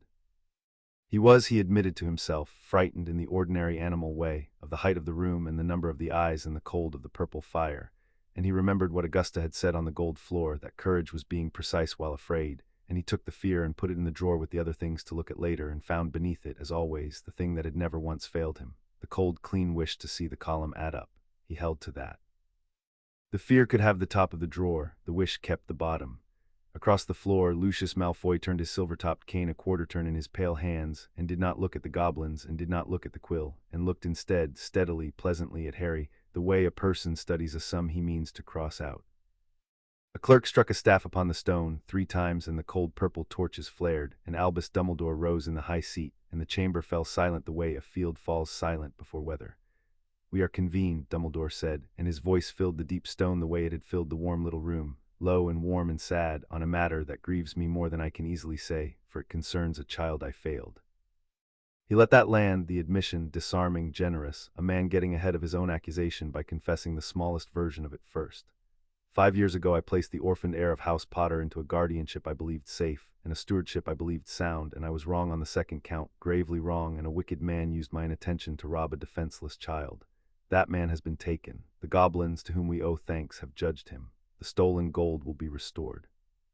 On that I hope we are all agreed, and we may dispose of it quickly and turn to the harder and more delicate question, which is what is now to be done for the welfare of the child himself, who has been these past days the guest, or I fear the instrument, of interests not entirely his own. It was, Harry thought, beautifully done. In 4 sentences he had conceded the whole of the easy fight, the theft, the gold, in order to take it off the table before anyone could look at it too closely, and had reframed everything that remained, the seat, the guardianship, the question of who Harry belonged to, as a matter of the child's welfare on which the wisest and kindest man in Britain would naturally have the final word. He had pleaded guilty to the smallest charge in order to chair the largest. Augusta Longbottom rose. "Chief Warlock," she said, and her dry voice carried without effort, the voice of a woman who had been silencing dinner tables for 60 years, "before we are all swept along by your very moving regret, I must raise a point of order, and I will raise it standing, and I will raise it until it is answered." She turned slowly so that she addressed not Dumbledore but the chamber. "A guardian's conduct toward his ward is in question today. The guardian is Albus Dumbledore. Chair of this court is Albus Dumbledore. The wizard, who we will shortly prove, voted the dormant seat of House Potter on the floor of this very chamber for 5 years without right, is Albus Dumbledore. I ask the chamber, how is a man to judge a case in which he is the accused? How is he to chair a debate upon his own conduct? I have sat in this chamber 40 years, and I have never seen it, and I will not be quiet about it, and neither, if they have any memory of what this court is for, will any of you." A murmur ran the tears, low and uncertain, the sound of a switched-off crowd being asked unexpectedly to switch on. Dumbledore inclined his head, and for a moment Harry thought he would fight it, and then saw, with a kind of cold admiration, that he would do something far cleverer, which was to give it up gladly, to perform the giving up, to make even his recusal an act of grace that bound the chamber tighter to him. "Lady Longbottom is entirely correct," Dumbledore said, "and I am ashamed I did not say it first. I cannot sit in judgment on myself, and I would not wish to. I yield the chair, for the duration of this matter, to the deputy, and I will stand where any wizard accused must stand, and answer for what I have done." He rose and came down from the high seat slowly, an old man descending, and the chamber watched him with its breath held, and Harry understood that Dumbledore had just by surrendering his power gathered more of it, because there is no figure more sympathetic than a great man humbling himself, and the chamber loved him better now than it had a moment ago, when he had merely been in charge. The deputy, a flustered witch named Marchbanks, who plainly wished she were anywhere else, took the high seat, and the matter proceeded, and Augusta, who had won the point and lost the advantage in the same breath, set her jaw and reached for the only weapon that did not care how anyone felt. "Then let us look," she said, "at the evidence, not at our feelings, at the evidence. The bank will speak." Vornak came forward onto the floor of the chamber, small and gray and entirely unimpressed by the plum and the purple flame, and he laid before the court the findings of the reckoning, and he did it in the flat, exact voice of an account-keeper reading a number, and the chamber, which had been prepared to be tenderly concerned about a child, found itself instead being shown, point by cold point, exactly how that child had been robbed. He laid out the forged seal, struck and proven. He laid out the impossible dates, the attestation signed 11 days after the gold had already gone. He laid out the phantom heirs, the cousin who never lived, the school for orphans that had never seen one. He laid out Tenby Row, the house bought by a vault 8 days before the vault existed. And then he laid out the 2 documents from Burke's robes that the chamber had not been meant ever to see. The tally in the steward's hand of the Potter seat voted session by session, headed with a single name, and the letter on cream paper with a watermark instructing the steward to see the dormant honor resolved before the autumn session, the timing being now of some importance to our friends. "This chamber," said Vornak, "convicted nothing today. That is your office, not mine. The goblin nation has judged the forger, and he is ours, and the gold is the child's with interest, and that is finished and beyond your reach to undo. I bring you the rest because the rest is yours to judge, and because a bank that has been made a liar once does not care to be made a liar twice by silence. There it is. The seat was voted by a hand that had no right to it. The dissolution of that seat was arranged in writing by a hand that did not sign its name, but used paper I am told this chamber will recognize. I am a goblin. I do not vote in your chamber, and I do not tell you your business. I only tell you the number, and the number is this. A child was robbed of 320,000 galleons, of 3 houses, of his family's voice in this room, and very nearly of an honor that can never be restored once it is given up. The hand on the gold is taken. The hands on the rest are in this chamber now. Good morning." He stepped back, and the silence he left behind was not the restful silence of the morning's beginning. It was a working silence, an uncomfortable one, the silence of several hundred people who had been given a number and could not quite look away from it. The deputy in the high seat cleared her throat, plainly hoping the moment would pass and the chamber could return to being tenderly concerned. "The bank's findings are noted and the chamber thanks it, and perhaps now we might turn to the gentler question of the child's. The chamber will note," said Augusta Longbottom, who had not sat down, "that the bank's findings are not opinion. They are sworn upon the quill of the reckoning which this chamber has accepted as incontestable record for 300 years, and which lies upon that rail because the bank thought you might wish reminding that it exists. The dates are not in dispute. They cannot be. A house was bought by a vault before the vault was opened. A seat was voted by a hand without right. These are not feelings, deputy, to be soothed away with talk of welfare. They are facts, written in ink that cannot be unwritten, and a court that hurries past facts to reach feelings is not a court. It is a comfortable room full of people agreeing not to look. She let the chamber sit in it. I will be soothed about the child's welfare gladly, the moment we have finished with the small matter of who robbed him, and who voted his voice, and who wrote the letter to end his house. Not before. The order matters. The thieves are always so very keen to get to the feelings first. The murmur and the tears had changed its temperature. The switched-off devotion of the morning was guttering, and in its place sat something the chamber had not felt in some time. The particular discomfort of comfortable people shown a thing they will not be able to unknow, and it was into that discomfort, sensing it the way a cold thing senses warmth, that Lucius Malfoy rose, unhurried, to put the fire out before it could spread. "A stirring performance," he said, and his voice was cool and cultured and pleasant, from a creature whose people stand to gain a great deal of influence over a wealthy miner's affairs, and who has produced with marvelous convenience an anonymous letter on paper that he assures us we will all recognize. He let his pale eyes travel the chamber. "I confess I am wounded. The implication, I take it, is that the paper is mine. It is a common enough stock. Half the old houses use it. I dare say the Longbottoms have a ream. But let us be clear about what the bank is asking. It is asking you to set aside the lawful guardian of this child, to set aside the lawful steward, to set aside the considered arrangements of the chief warlock himself, on the strength of an unsigned letter and the say-so of a 5-year-old who can supposedly read a magic book that the rest of us are told to take on faith because, conveniently again, no one else can see a word of it." He smiled faintly. "I am the last person to defend a thief. But I am a great defender of this chamber's dignity, and I will not see it stampeded by goblins and grief into handing a great house to whichever party has most cleverly frightened it. The child has my deepest sympathy. He needs care and safety and quiet. He does not need to be made the puppet king of a goblin grudge." It was very good. Harry could feel it working, could feel the switched-off majority leaning gratefully toward it, because it gave them permission to do the easy thing and feel wise about it. Malfoy had not denied the letter. He had made denying it unnecessary by making belief in it look like foolishness.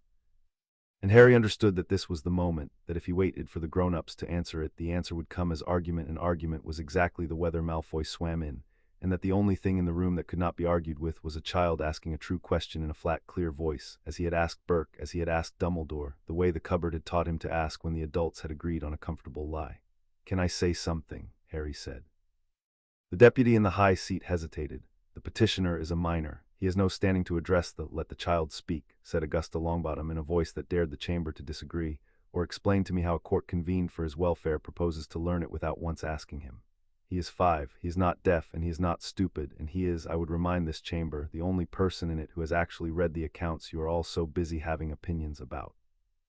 Let him speak. I will yield my time."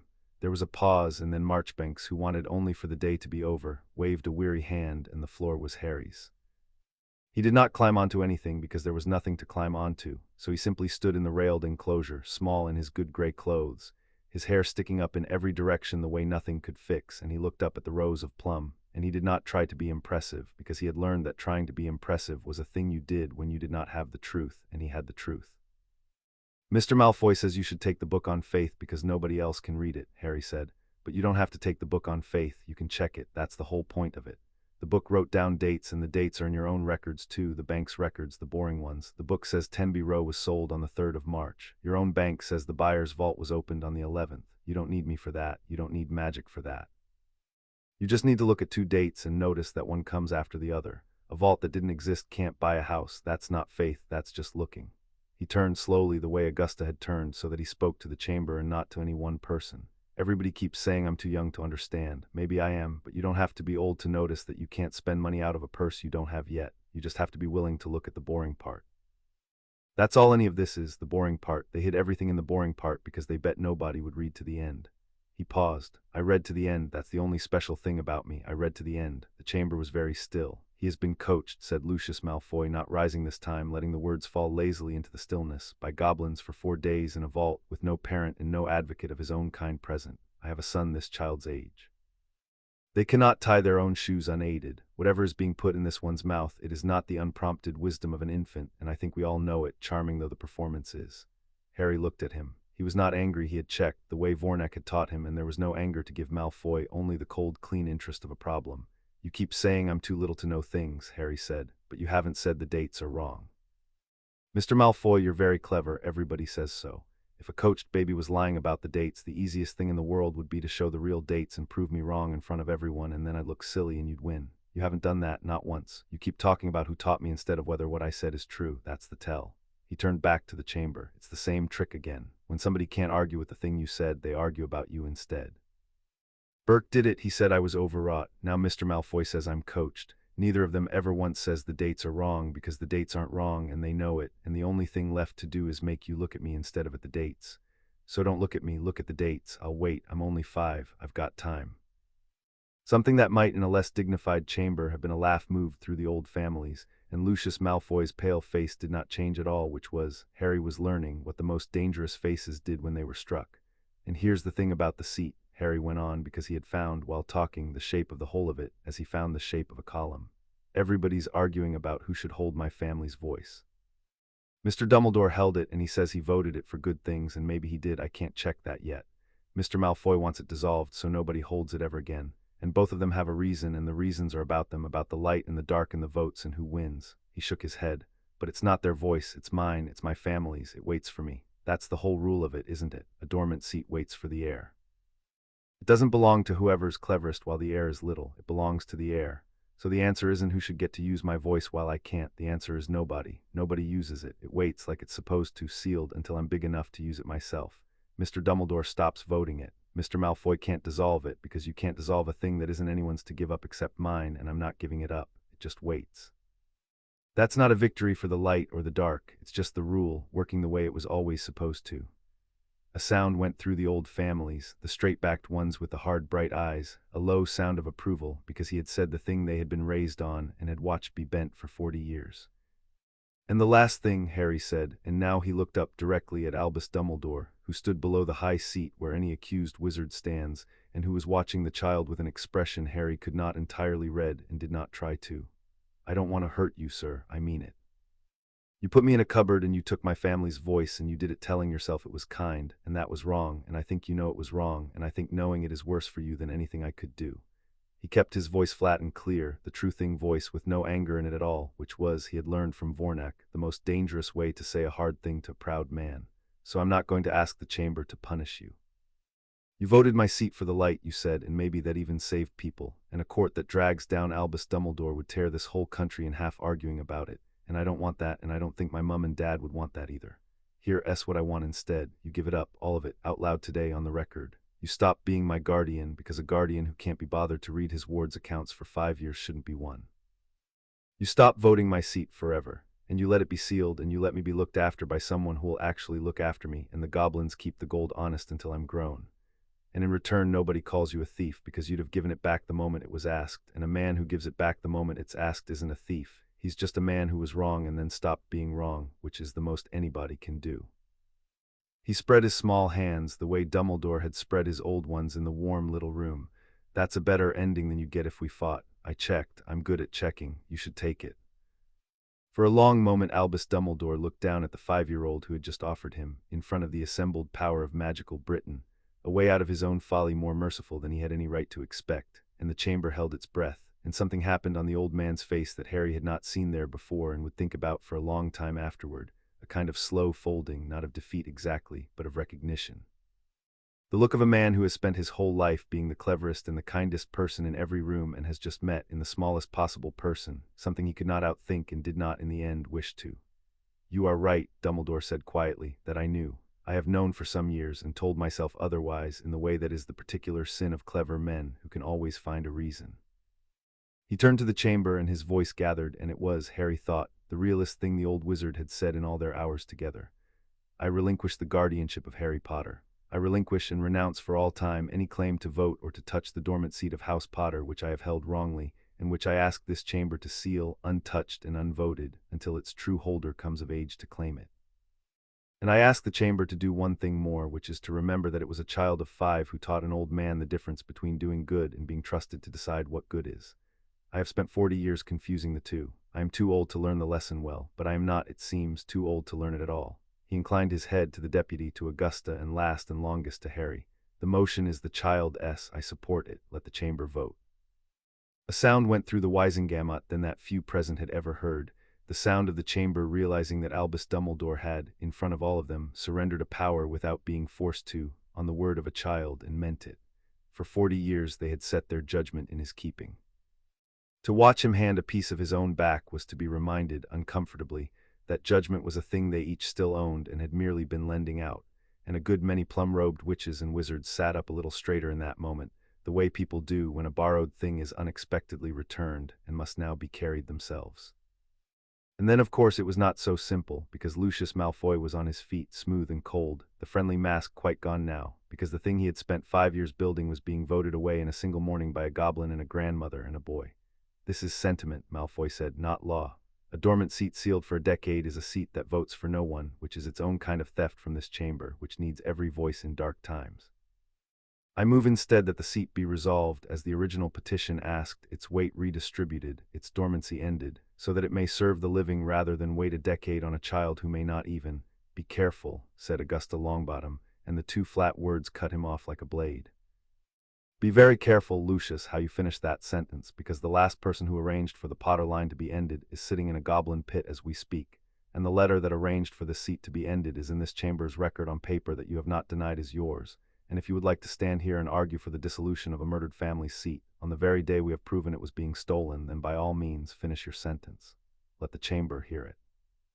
Let them watch you want it. She turned to the tiers, to the straight-backed old families, to the switched-off middle that had at last switched on. He cannot dissolve this seat because the law is plain. A hereditary seat passes by blood and waits for blood, and only the blood may surrender it, and the blood is standing right there in a jumper that does not fit, saying no. There is no motion to debate. There is only a child saying no to having his family taken from him a second time. I call the vote.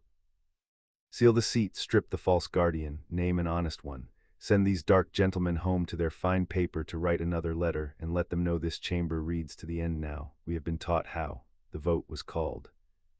The deputy read the motion into the record in 3 parts, and Harry watched the chamber as he watched a column being summed, the plum robes rising tier by tier as the wands lit. Each lit wand a vote to seal the seat and strip the false guardian and name an honest protector, and he counted them because he could not help counting, his lips moving, the old habit of the cupboard and the till. It was not in the end close, which surprised Harry, who had been told to expect it close, until he understood that a chamber given permission to do the right thing and feel righteous about it will stampede toward it exactly as eagerly as toward the wrong one, the herd being the herd whichever way it runs, and that this was both the worst thing about the Wizengamot and today the thing that saved him. The old families voted as one. The switched-on middle, shamed and stirred and shown a number they could not unsee, voted with them. Malfoy's block voted against, a dozen cold hands raised in the purple light and were not nearly enough, and Lucius Malfoy lowered his own hand before the count was finished, because a Malfoy is never seen to lose, only to have chosen, on reflection, not to win. The seat of House Potter was ordered sealed, untouched, and unvoted, until the 31st of July in the year Harry Potter turned 17.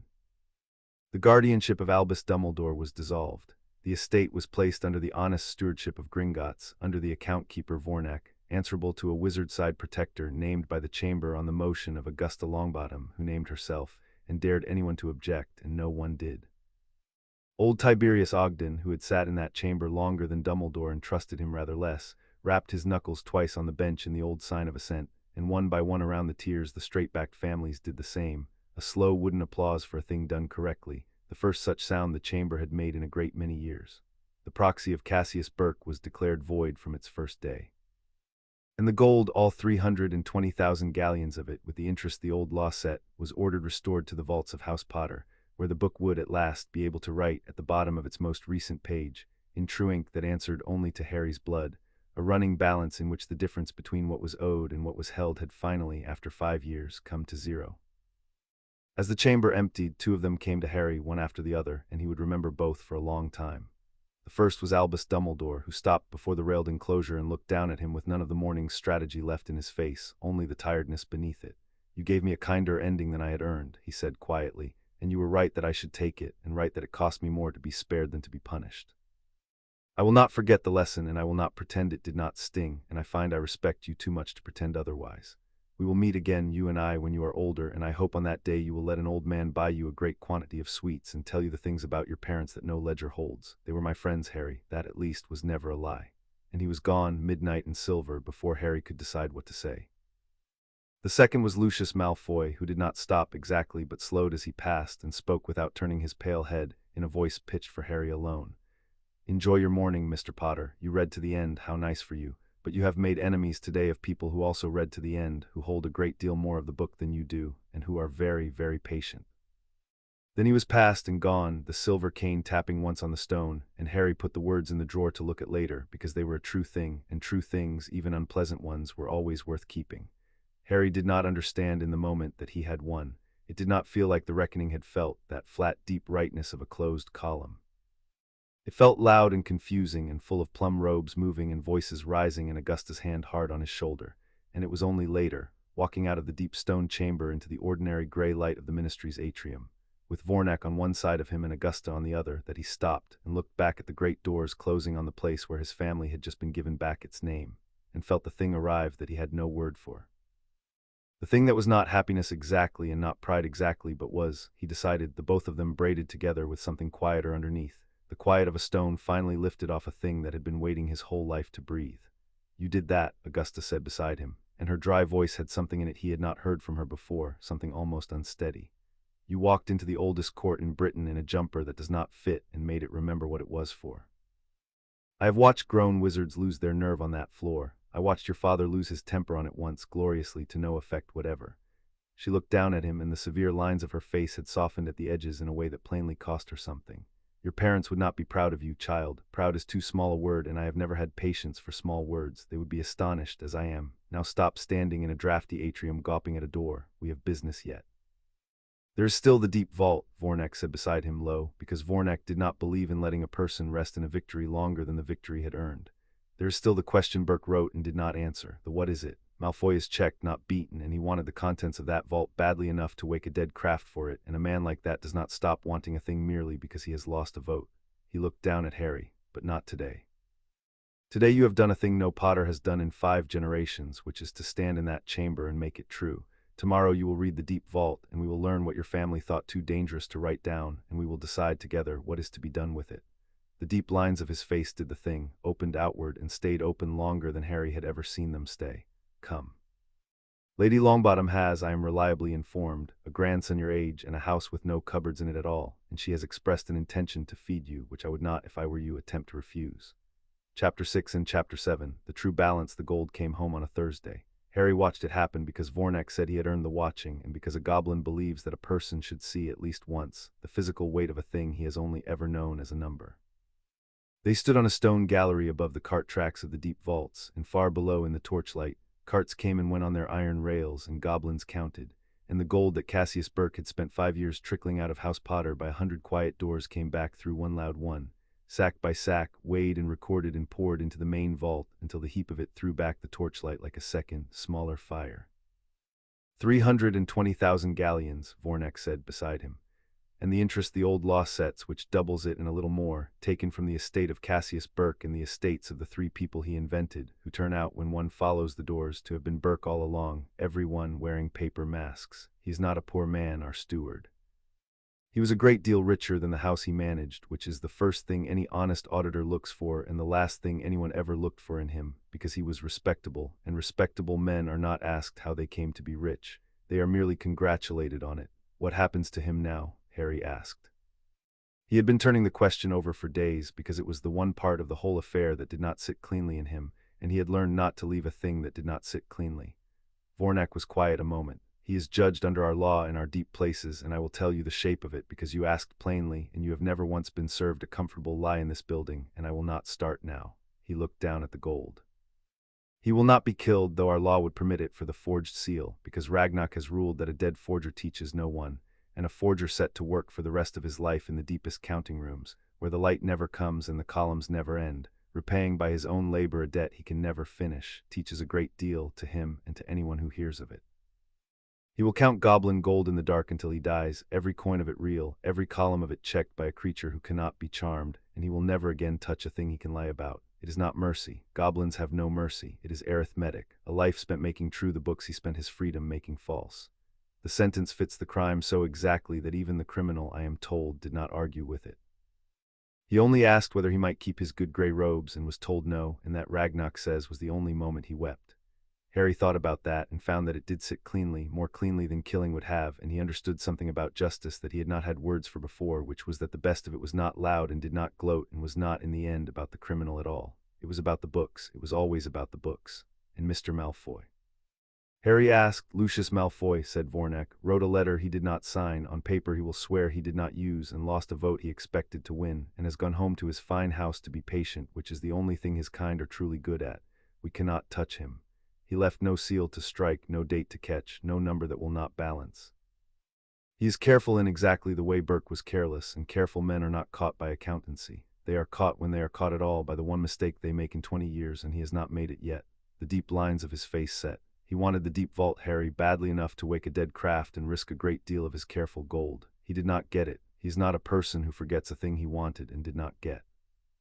So we will keep the door shut, and we will keep you watched, and one day, years from now, when you are grown and clever and harder to frighten, the two of you will finish the conversation he started in that atrium. But not soon. Soon, you are 5, and there is a great deal of being 5 still owed to you, and I intend to see some of it paid. The last cart went by below, empty now, its work done, and the gold sat in the main vault of House Potter, and somewhere far beneath even this, in a round room, the book had already written it, the running balance at the foot of its newest page brought, after 5 years, to the number Harry had wanted from the start, which was no number at all, which was 0, the difference between what was owed and what was held gone. It balances, Harry said. He had not gone down to the book to check. He did not need to. He could feel it as he could feel a column add up, the small click of a true thing falling into place. The bank's number and the book's number, they're the same now. They are the same now, Vornak agreed. For the first time since the 2nd of November 1981, you did that, not the chamber and not the reckoning and not Lady Longbottom, though all of them helped you, a child who would not let a thing that did not add up alone. He turned from the rail. Come up into the light. There is a witch who has been threatening for a week to feed you, and a boy who has been told he is to have a friend, and is, I am informed, very anxious about it, because he has not had much practice. Before they went up, Harry asked to see Gorlock, and Vornak took him to the forge room, where the seal master sat at his bench with his ruined hand wrapped in fresh linen, working one-handed at a matrix with the patience of a creature who has decided that a missing piece of himself is simply a new constraint to be worked around, the way a hard sum is worked around. It will not mend, Gorlock said before Harry could ask, because Gorlock did not care for the shape of a question hanging in a room. The null seal ate what it ate. I have one hand for the forge now, and I am old, and one old hand is enough, because a seal master's craft was always in the ear and the eye, and those it did not touch. He turned the great magnified eye on Harry. Do not come here to be sorry at me, small one. I will not have it. I weighed the sum before I closed my fist. A hand against a book is a trade I would make 100 times and call it cheap. What I will have if you are offering is this, that when you are grown and great, as you will be, you remember that the bank which kept your gold also burned for your truth, and that the two debts are different, and that the second is the one worth carrying. He went back to his matrix. Now go, you are letting the heat out, and I have a new seal to tune for a house that has learned at last to strike its own metal before it trusts it. And that, Harry understood, was Gorlock's farewell and his blessing, and the nearest the old seal master would ever come to saying that a wizard child had been, against 90 years of settled opinion, worth the burning. On the way up in a corridor near the surface, Vornak reached into his coat and drew out something on a fine chain, a small disc of dull goblin metal, no bigger than a coin, blank on one face and on the other, marked with a single character in the goblin's script. "There is a right I spoke of on your first morning," he said. "Gricknar, one whose eyes the gold trusts. I told you no wizard had earned it in my lifetime, and that I did not expect you to need my kindness, and you did not. The rite was performed above in the high counting hall, before the assembled keepers, while you slept off the chamber. It cannot be done without the one it honors present, which is why you will now pretend to be surprised, because Ragnarok dislikes ceremony and held it anyway, which has not happened in the memory of any goblin now living." He pressed the disc into Harry's hand. It was warm, though it had been in the cold of his coat. "It means that for the rest of your life, in any house of Gringotts in any country, you may ask to read any ledger you hold blood right to, and no clerk and no director and no law may tell you that you are too young or too small or too inconvenient. The gold trusts your eyes. It is written now in the metal, and the metal does not forget, and the metal does not lie." The deep lines of his face opened and stayed open. "It is the highest thing my people give a wizard. We have given it 4 times in 900 years. You are the 4th and the youngest by 60 years, and the only one who earned it before he lost his milk teeth. And I find, Harry Potter, that I am not embarrassed to tell you I am proud, which is a word goblins do not use, and which I am using anyway, because you have made a liar of a great many things this week, and I see no reason my own reticence should be spared." Harry closed his hand around the warm disc and put it in his pocket, next to the cracked amber sweet he had never eaten and somehow never thrown away, and he did not have a word for what he felt, so he did the only thing he knew how to do with a true thing too large to hold, which was to say simply "thank you" to the one person who had told him the truth from the first knock on the first door, and to mean it all the way to the bottom of the column. The Longbottom house was old and rambling and smelled of wood smoke and dried herbs, and the particular dust of a place where books are read and not merely owned, and it had, Harry confirmed within the first 10 minutes, no cupboards under any of its stairs, only a great many doors that led to rooms, all of which a person was allowed to be in. Neville Longbottom was round-faced and shy and clung to his grandmother's skirts when Harry first arrived, and watched Harry with the wary hope of a child who has been told, too many times and too loudly, that he is about to enjoy himself. Harry, who had never had a friend and did not know the rules of it, did the only thing he knew how to do, which was to be honest. "I don't know how to do this," Harry told him. "Be friends, I've never done it. I lived in a cupboard and the only person I talked to was a goblin, and I'm probably going to be bad at it for a while. But I'm good at noticing things, and I noticed you've got a toad in your pocket and you're scared somebody's going to tell you to put it away, and I think a toad in a pocket is a sensible thing to have, so I'm not going to tell you that. That's the first thing. I'll learn the rest." Neville looked at him for a long moment, and then took the toad out of his pocket and showed it to Harry with the grave ceremony of a boy producing his entire heart, and that, it turned out, was that, and Augusta Longbottom, watching from the doorway with her arms folded and her face set in its lines of permanent disapproval, had to turn around and go and see very urgently about the tea.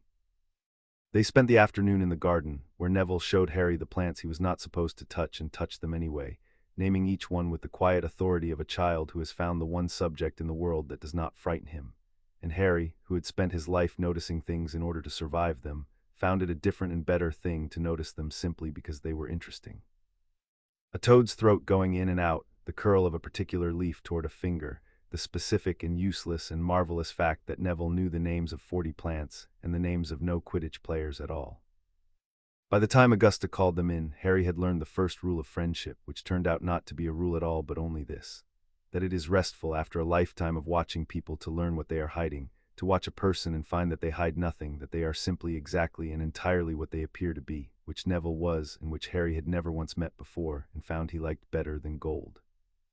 It was settled in the days that followed in the dry exact language of goblin stewardship and wizard law, but it came to this: Harry would not go back to Privet Drive.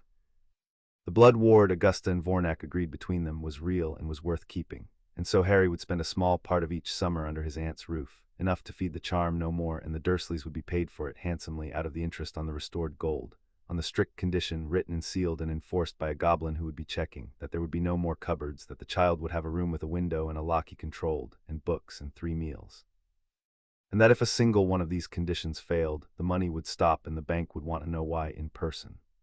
Petunia Dursley, presented with this arrangement, had gone the color of old putty and signed everything, because the only thing the Dursleys feared more than magic was the neighbors learning they had been paid to do the thing they should have done for love, and Vornak had ensured, with the quiet thoroughness of his kind, that the neighbors would learn exactly that if the conditions were ever broken.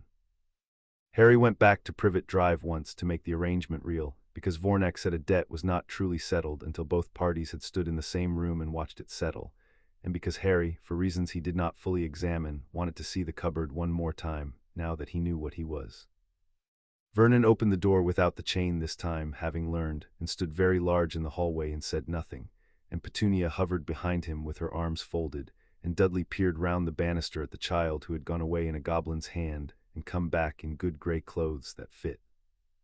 Harry stood on the step and looked at the three of them and found, where he had expected anger or fear or the old braced flinch, only a flat curiosity, the way you look at a sum you have already finished and are merely checking. "I'm not coming back to live here," Harry said. "Just summers a little for the magic on the house, and you're being paid for it more than you make in a year, and there are rules, and a goblin is going to check them, and you've already signed, so you don't have to pretend to want me. You never did, and I always knew, and it's easier for everyone if we just say the true thing out loud. I'm not angry. I worked out a while ago that you weren't cruel to me because of me. You were cruel because of something that frightened you, and frightened people make small the things they can't match, and my mum was a thing you couldn't match, and I look like her, and you couldn't fit that in the house, so you put it in the cupboard." He looked at Petunia, and she had gone very still. "She died standing in front of me, Aunt Petunia, your sister, on purpose. She wasn't a drunk in a car. I don't know whether you knew the real story or only the one that was easier to say, but I know it now, and I wanted you to know I know it, and then I'm never going to bring it up again." Petunia's mouth worked, and for a moment something crossed her sharp face that Harry could not read and did not try to, a thing perhaps 40 years old about a sister and a letter and a door, and then it folded away the way Dumbledore's things folded away, and she said stiffly, "Your room's ready. Dudley's second one. It has a window," and that was as near as Petunia Dursley would ever come in her whole life to an apology, and Harry, who had become an expert in the small true things people hide inside their stiff ones, took it as the whole of what it was and nodded and did not ask for more. He looked once at the cupboard under the stairs, at the door of it, at the slats he had counted sunrises through, and found it had become, somehow, only a cupboard, a dim little space where the brooms went, with no power in it any longer, because the child it had been built to make small had walked out of it and read his family's book and made a quart of gold tell the truth, and a cupboard cannot hold a thing like that, no cupboard ever could, which was the one thing the Dursleys had never understood about it. They had put him in the dark to keep him small. The dark had taught him to read. The rest of the year Harry would live at Longbottom, with Augusta as his named protector, and with the run of a house that had no cupboards and a friend with a toad and a grandmother who fed him as though feeding were a form of warfare, which, Harry came to understand, was the only way she knew how to say the things she would not say. He was given a room at the top of the house, with a window over the garden and a door with a bolt on the inside that he could throw or leave as he chose, and the first night he slept there he did not sleep, not because he was afraid, but because he kept getting up to look out of the window at the dark that was only dark now, ordinary garden dark with an owl in it somewhere, and not a thing that pressed. He had never had a window. He had counted sunrises through the slats of a cupboard door for 5 years, and now there was a whole window of sky to spend, and he spent it that first night on the sill with the cracked amber sweet in one hand and the warm goblin disc in the other, doing the only arithmetic that had ever comforted him, the adding up of true things, of which he had, suddenly after a life of almost none, a great and growing column. A goblin who did not lie, a grandmother who fed him like a war, a friend with a toad, a mother who had left him a number that never went to zero, and a window and a door he could bolt, and a name the oldest things in the world agreed was really his. And there was a house of his own, waiting, not the cottage at Godric's Hollow, which Harry asked to be left as it was, a broken place in a grave, because some things are not meant to be rebuilt, only remembered. But Tenby Row, the tall, narrow townhouse full of his grandmother's books, which had been sold to a buyer who did not exist and so had never truly been sold at all, was opened and aired and its dust sheets pulled off, and Harry was taken to see it, and he walked through the rooms his family had walked through and put his hand on the books his grandmother had touched, and it was not yet home, because he was not yet ready for a home that large and that empty, but it was his, written in true ink. And it would wait for him the way the seat waited, the way good things were supposed to wait for the people they belonged to. But before any of that, before the tea and the toad and the signing, there was the deep vault. Vornak took him down on the third day, when the gold was home and the chamber was done and the worst of the noise had quieted, because, he said, a person should not read a heavy thing in the middle of a loud week. They went down past the round room of the book, deeper than Harry had ever been, to a door at the bottom of the world, iron like the book's door but older, with a basin of dull silver set into it at the height of a tall child's eyes, dry and waiting. You do not have to, Vornak said, the same words he had used in the receiving hall a lifetime ago. You are 5, and what is behind this door has frightened wiser heads than yours, and there is no shame in leaving a door shut until you are ready for it. You said someone wants what's in here, Harry said, badly enough to wake a dead craft for it. If I leave it shut and don't even know what it is, then I'm guarding something I don't understand, and you can't guard a thing you don't understand. You can only sit on it and hope. I'd rather know, I'd always rather know. He looked up. That's the whole thing about me, you said. I read to the end. You read to the end, Vornak agreed, and stepped back and let him. The basin bit him the same clean bite, and the door spoke the same low bell, and the iron came undone, and Harry went into the deep vault of House Potter, where some of what was kept was not meant to be counted, only kept. It was not what he had expected, and he had been careful not to expect anything, and it was still not what he had not expected. There was gold, a little old coins of a make he did not know. There was armor, goblin forged, that drank the light the way the book's binding drank it. There were swords and a set of scales and rings in a case, and a great many other things that Harry's eye slid over, because his eye had learned to find the thing that mattered in a crowded page, and the thing that mattered was not the treasure. It was the letters.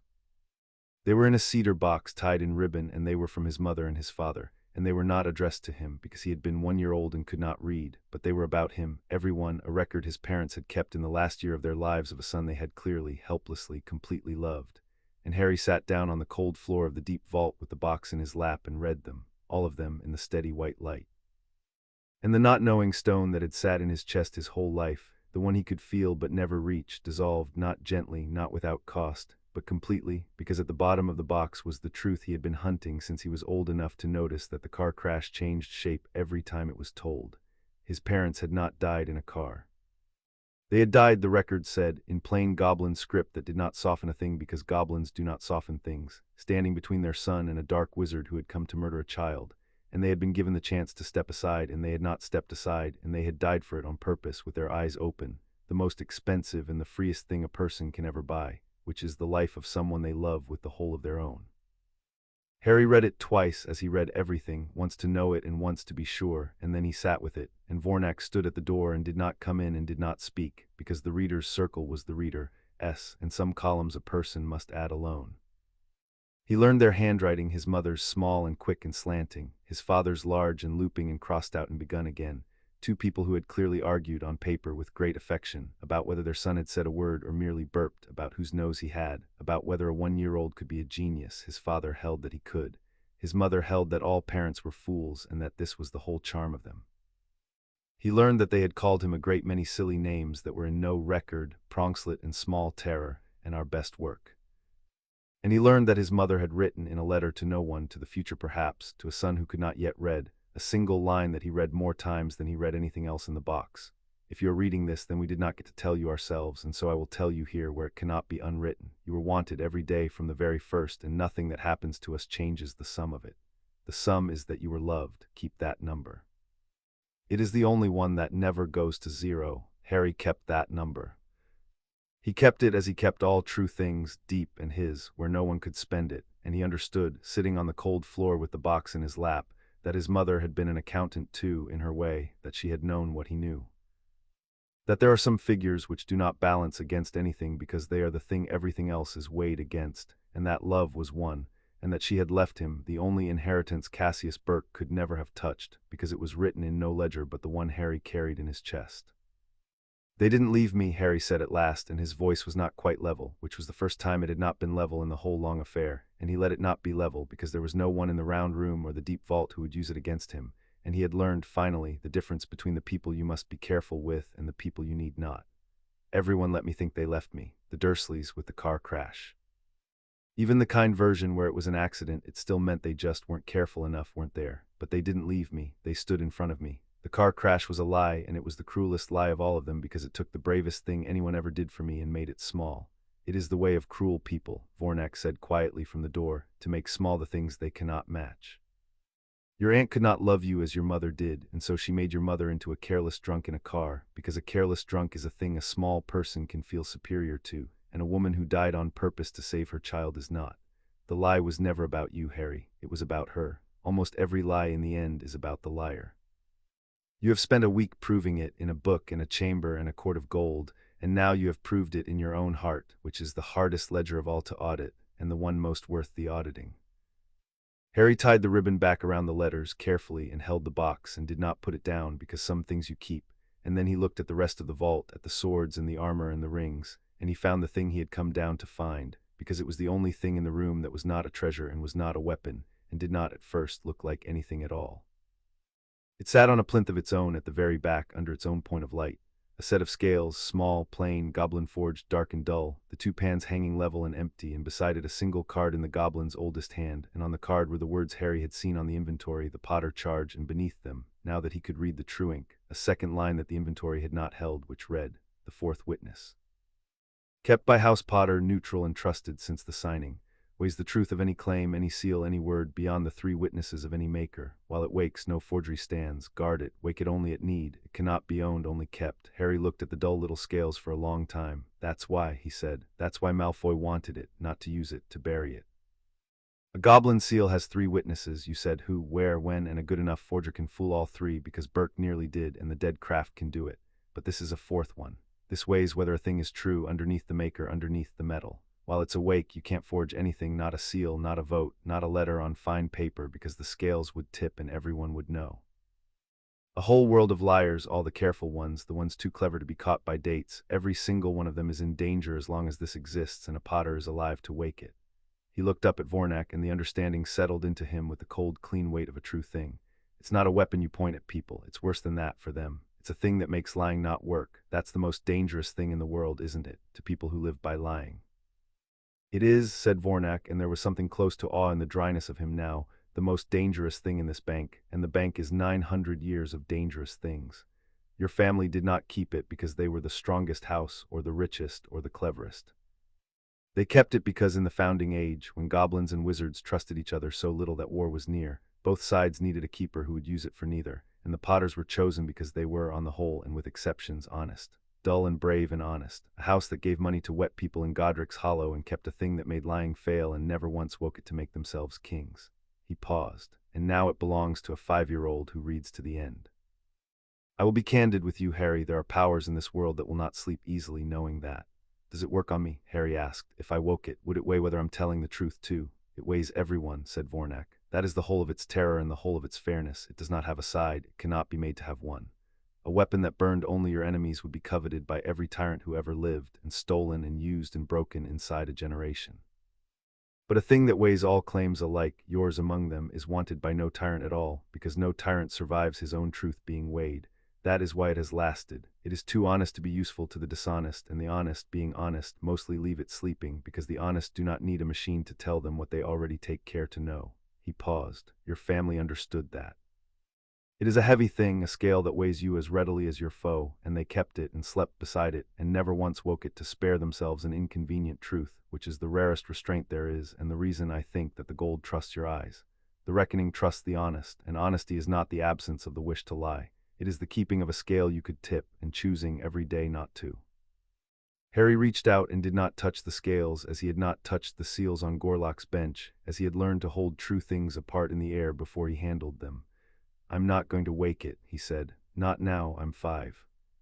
I don't know enough yet about who's lying and who's just wrong, and there's a difference you taught me. And if I woke a thing that punished every lie before I knew the difference, I'd hurt people who didn't deserve it, and that would make me Burke, who hurt people because it was easy, or Dumbledore, who hurt people because he was sure he was right. I don't want to be either of them." He drew his hand back. "It can keep waiting. It's good at waiting. Everything that's really mine turns out to be good at waiting."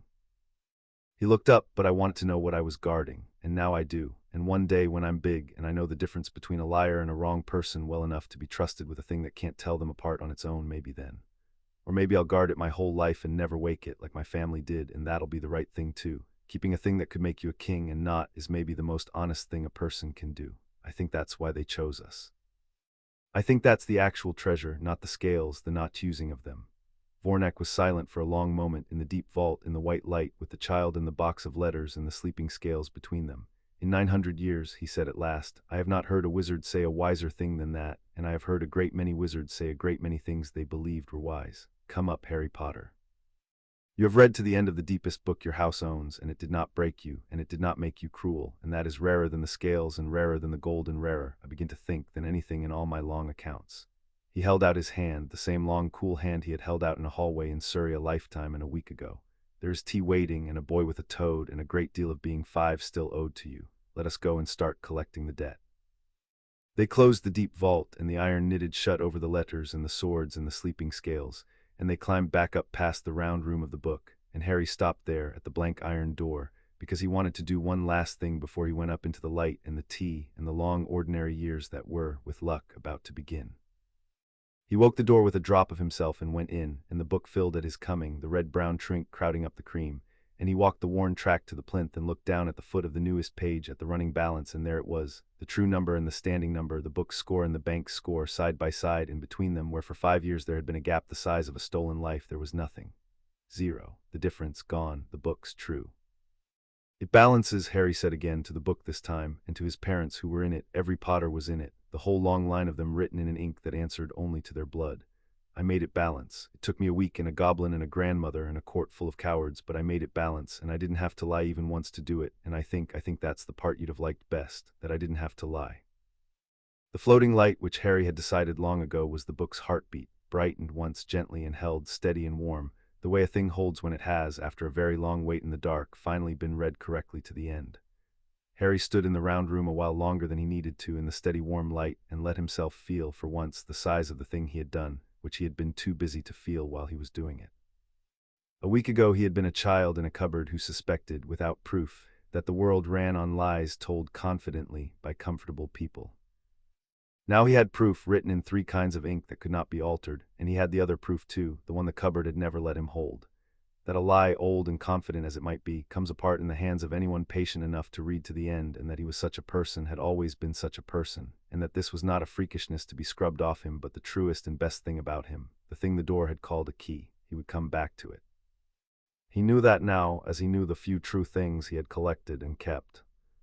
In 6 years he would go to a school he had only just learned the name of, and there would be more to read there, harder things. Things with more than 3 witnesses and fewer than 4, and an old man with sad blue eyes who owed him a great quantity of sweets, and a pale, patient enemy who never signed his name, and a dark wizard, the record said, who was gone but not dead, and who had once been given the chance to step aside from a child and had not taken it, and would one day have to be added up, like everything else, and brought to balance. But that was the future, and the future, Harry had learned, was just a column that had not been filled in yet.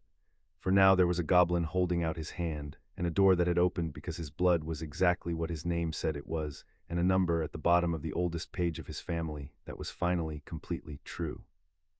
Harry closed the book and took the offered hand and went up out of the dark toward the light, 5 years old, the richest child in Britain and the only one who had ever read the whole of it, walking up out of the place where the truth was kept toward the place where, at the end of it all, someone was waiting to give him his tea. Chapter 7 End.